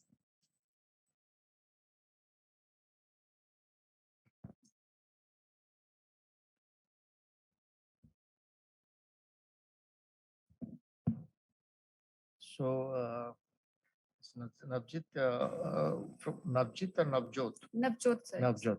Okay. So, Navjot Sidhu. So, nice study presented, though I think the camera side difficult, laser we could not see properly, but nice, thorough. Yeah. Where you have done this study? Which hospital? Yeah, sir, it's Fortis Hospital, Mohali. But I could not find any of you has given.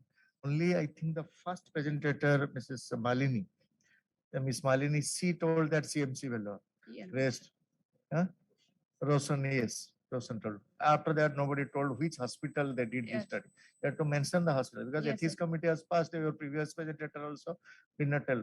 Yes, sir. Okay, so all these study we have done on diabetic patients or any patient.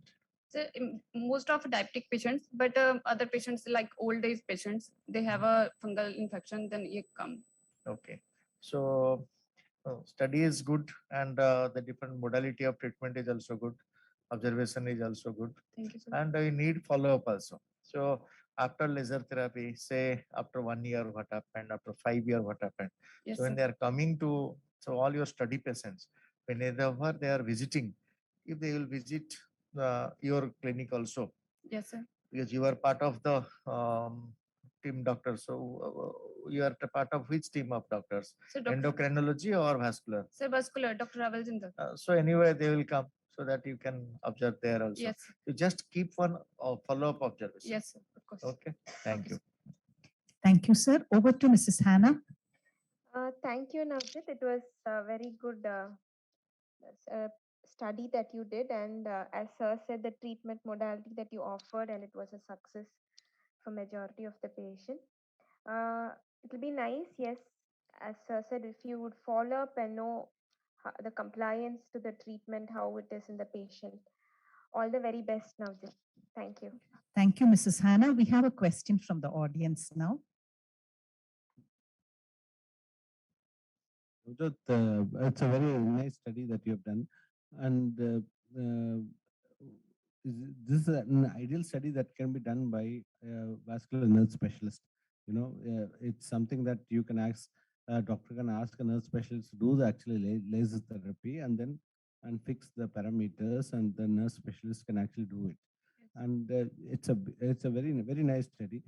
How are the results? You said 16 of those patients had a complete resolution. Yes, sir. So you actually have some pictures, or how is it the patient satisfaction and quality of life? Or what kind of resolution that they have? So result is a very good.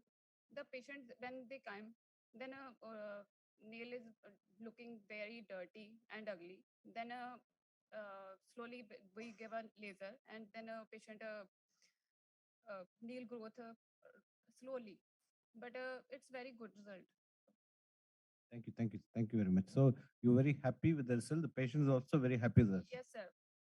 It's old patients take some time because nail growth slowly, but it's by other all patients. is Otherwise, happy. they have symptomatic relief.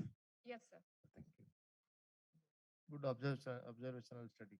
And whether during that time blood sugar control also. Yes, sir. It's very important. Just to add on, she only does the laser, so I don't do it. Good actually. They only Yeah, as sir that's told. exactly. give That's some- why we are actually coming to you. We want to have nurse-led clinics where nurses can actually do lasers. We can do a lot of therapeutic works as well. So that's where the vascular society is actually moving. So most of the laser treatment, radiofrequency ablation can be done by nurses. So thank you, Next time few Navjot. photographs if you'll keep, that will be excellent. If you can actually give us show us some photograph pre and post, that will be really good. I will give. There are a lot of photographs. Actually, I think the talk was very less. She showed me, I'll put in all the patients. I said, no, one patient is good enough. Yes, sir. Thank you.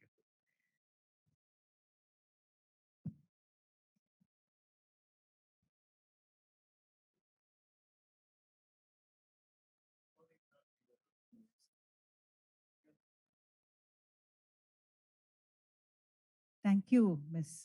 Navjit Kaur, for that excellent, scope of nursing practice, which your study has led to, the discussion that it has led to. I also, I actually had this comment, a pre and post photograph with the outcome factors. We could have the satisfaction score of the patients, and we could have a score which actually gives the nail status. And that would make a huge difference in establishing the effect of the laser therapy. And very well done, and all the best. Thank you, ma'am. Last presentation for the day. Dr. Salman, are you available online? Dr.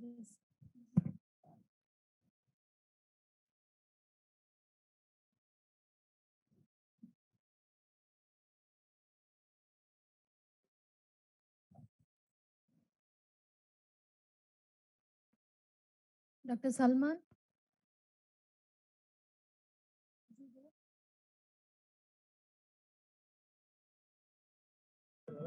Hello. Yeah, Dr. Salman. Is the screen visible to you? Yeah, it is nicely visible and your voice is also good. Good From evening, where sir. you are calling? From where you are presenting? From Jaipur Mahatma Gandhi Medical College. Okay, very good. Yes. Yeah, I'm Dr. Salman, General Surgery Resident, JR2 from Mahatma Gandhi Medical College. I'm going to present a seminar on paper presentation on low-grade myofibroblastic sarcoma of the breast, which is a rare presentation, a very rare case report with review of literature.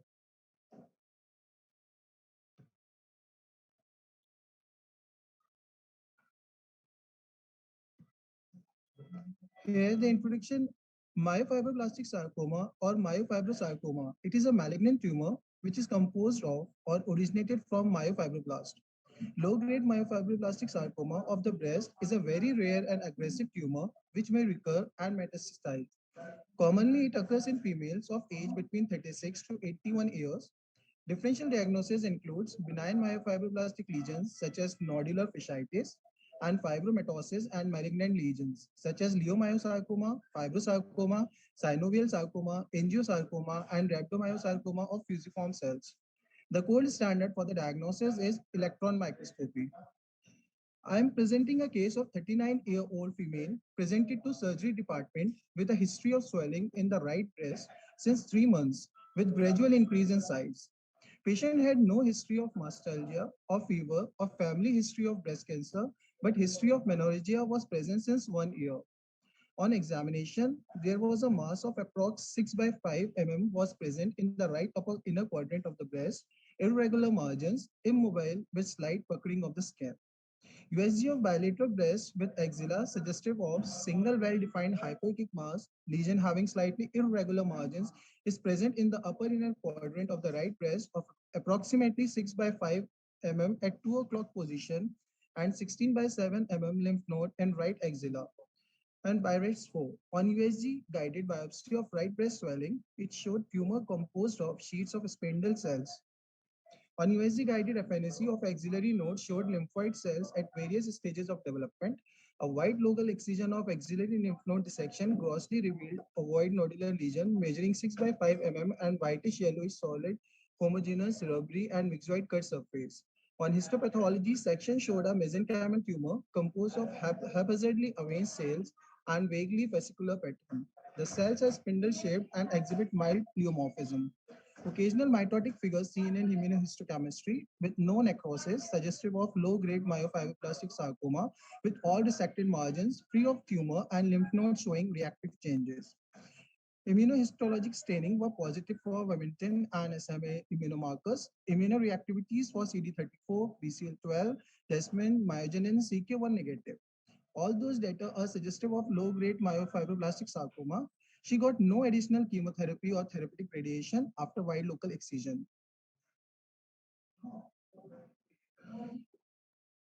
Myofibroblastoma of the breast has been known as distinctive benign mesenchymal tumor. Malignant tumors of myofibroblast of breast are diagnosed by the presence of more aggressive histologic findings such as frequent mitotic counts, infiltrative growth pattern, and necrosis compared to myofibroblastomas. They are characterized clinically by variably malignant behavior ranging from recurrence to diffuse pleuropulmonary metastasis. Myofibroblastic sarcoma or MFS has been generally be identified best by their characteristic ultrastructural findings such as fibronectin, extracellular fibrils, and their fibronexus junctions. But it has been recently reported that the fibronectin can be demonstrated consistently by immunohistochemistry. The present tumor revealed multifocally residual linear or round ductal epithelial remnants mainly in the Hellenized collagenous stromal backgrounds. mimicking histologically ancient fibroadenoma and immunohistochemically diffuse fibronectin reactivity in the tumor cells. With regard to the sarcoma component alone, the most important differential diagnosis may include fibrosarcoma, leiomyosarcoma, and inflammatory myofibroblastic tumor. Parasites were discovered first by Charles Rod and are generally known as mural cells or vascular smooth muscle cells because of their contractile fibers. They are quite abundant on small venules and arteries and exhibit a number of characteristics consistent with muscle cell activity and thus can express smooth muscle actin.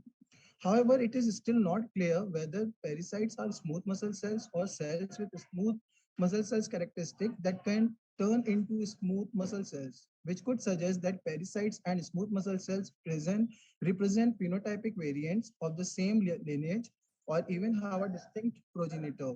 Therefore, parasites share the smooth muscle cells actin with myofibroblasts and thus have been considered a possible origin of myofibroblastic neoplasm. The present case showed some intratumoral vessels of small venule size to be irregularly thickened by mural cells proliferation of probably parasitic origin, which merged with the myofibroblastic sarcoma cells. Another putative cell origin could be the uncommitted Vermentin CD34 plus fibroblast of mammary stroma because it is thought to be capable of multidirectional differentiation into fibroblastic, myofibroblastic, leiomyomatous, adipocytic, thick, osseous, and cartilaginous lines. However, it is less likely candidate of tumor cell origin in this case because the tumor cells don't express CD34 immunoreactivity and no evidence of transition to memory stromal cells.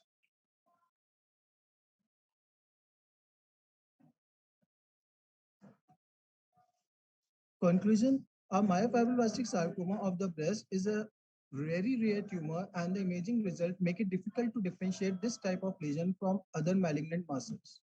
Thank you.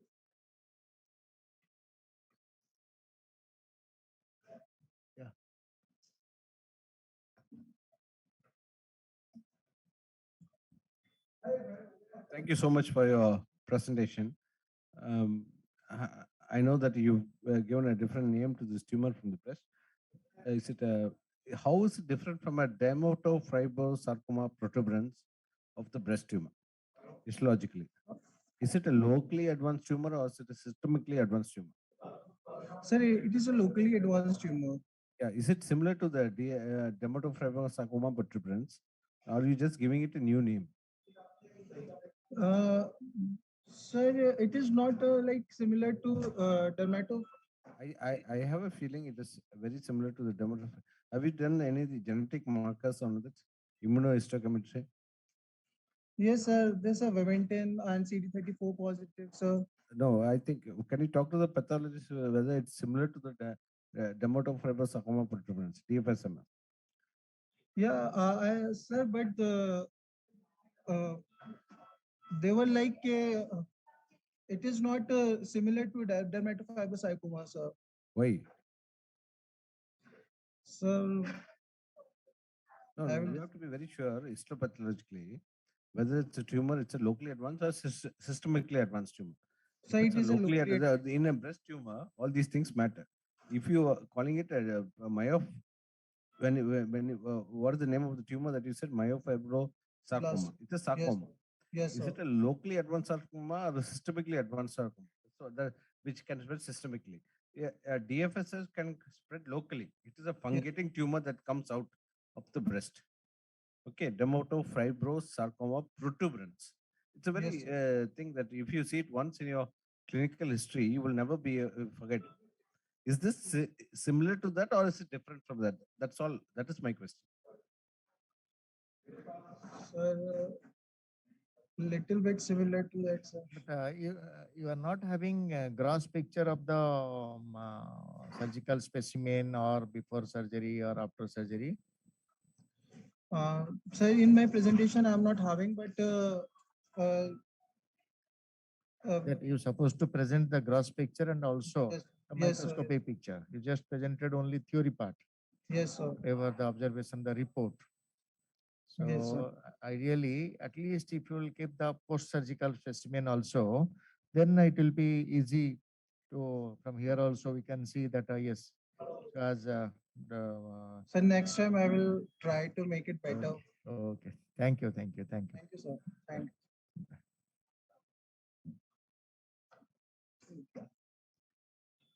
Thank you, Dr. Nihar.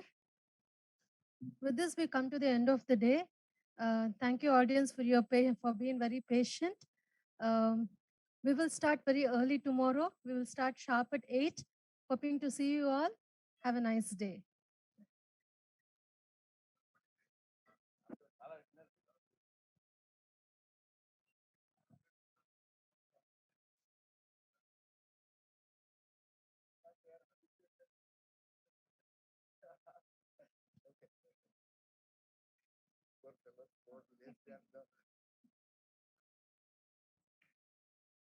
Okay.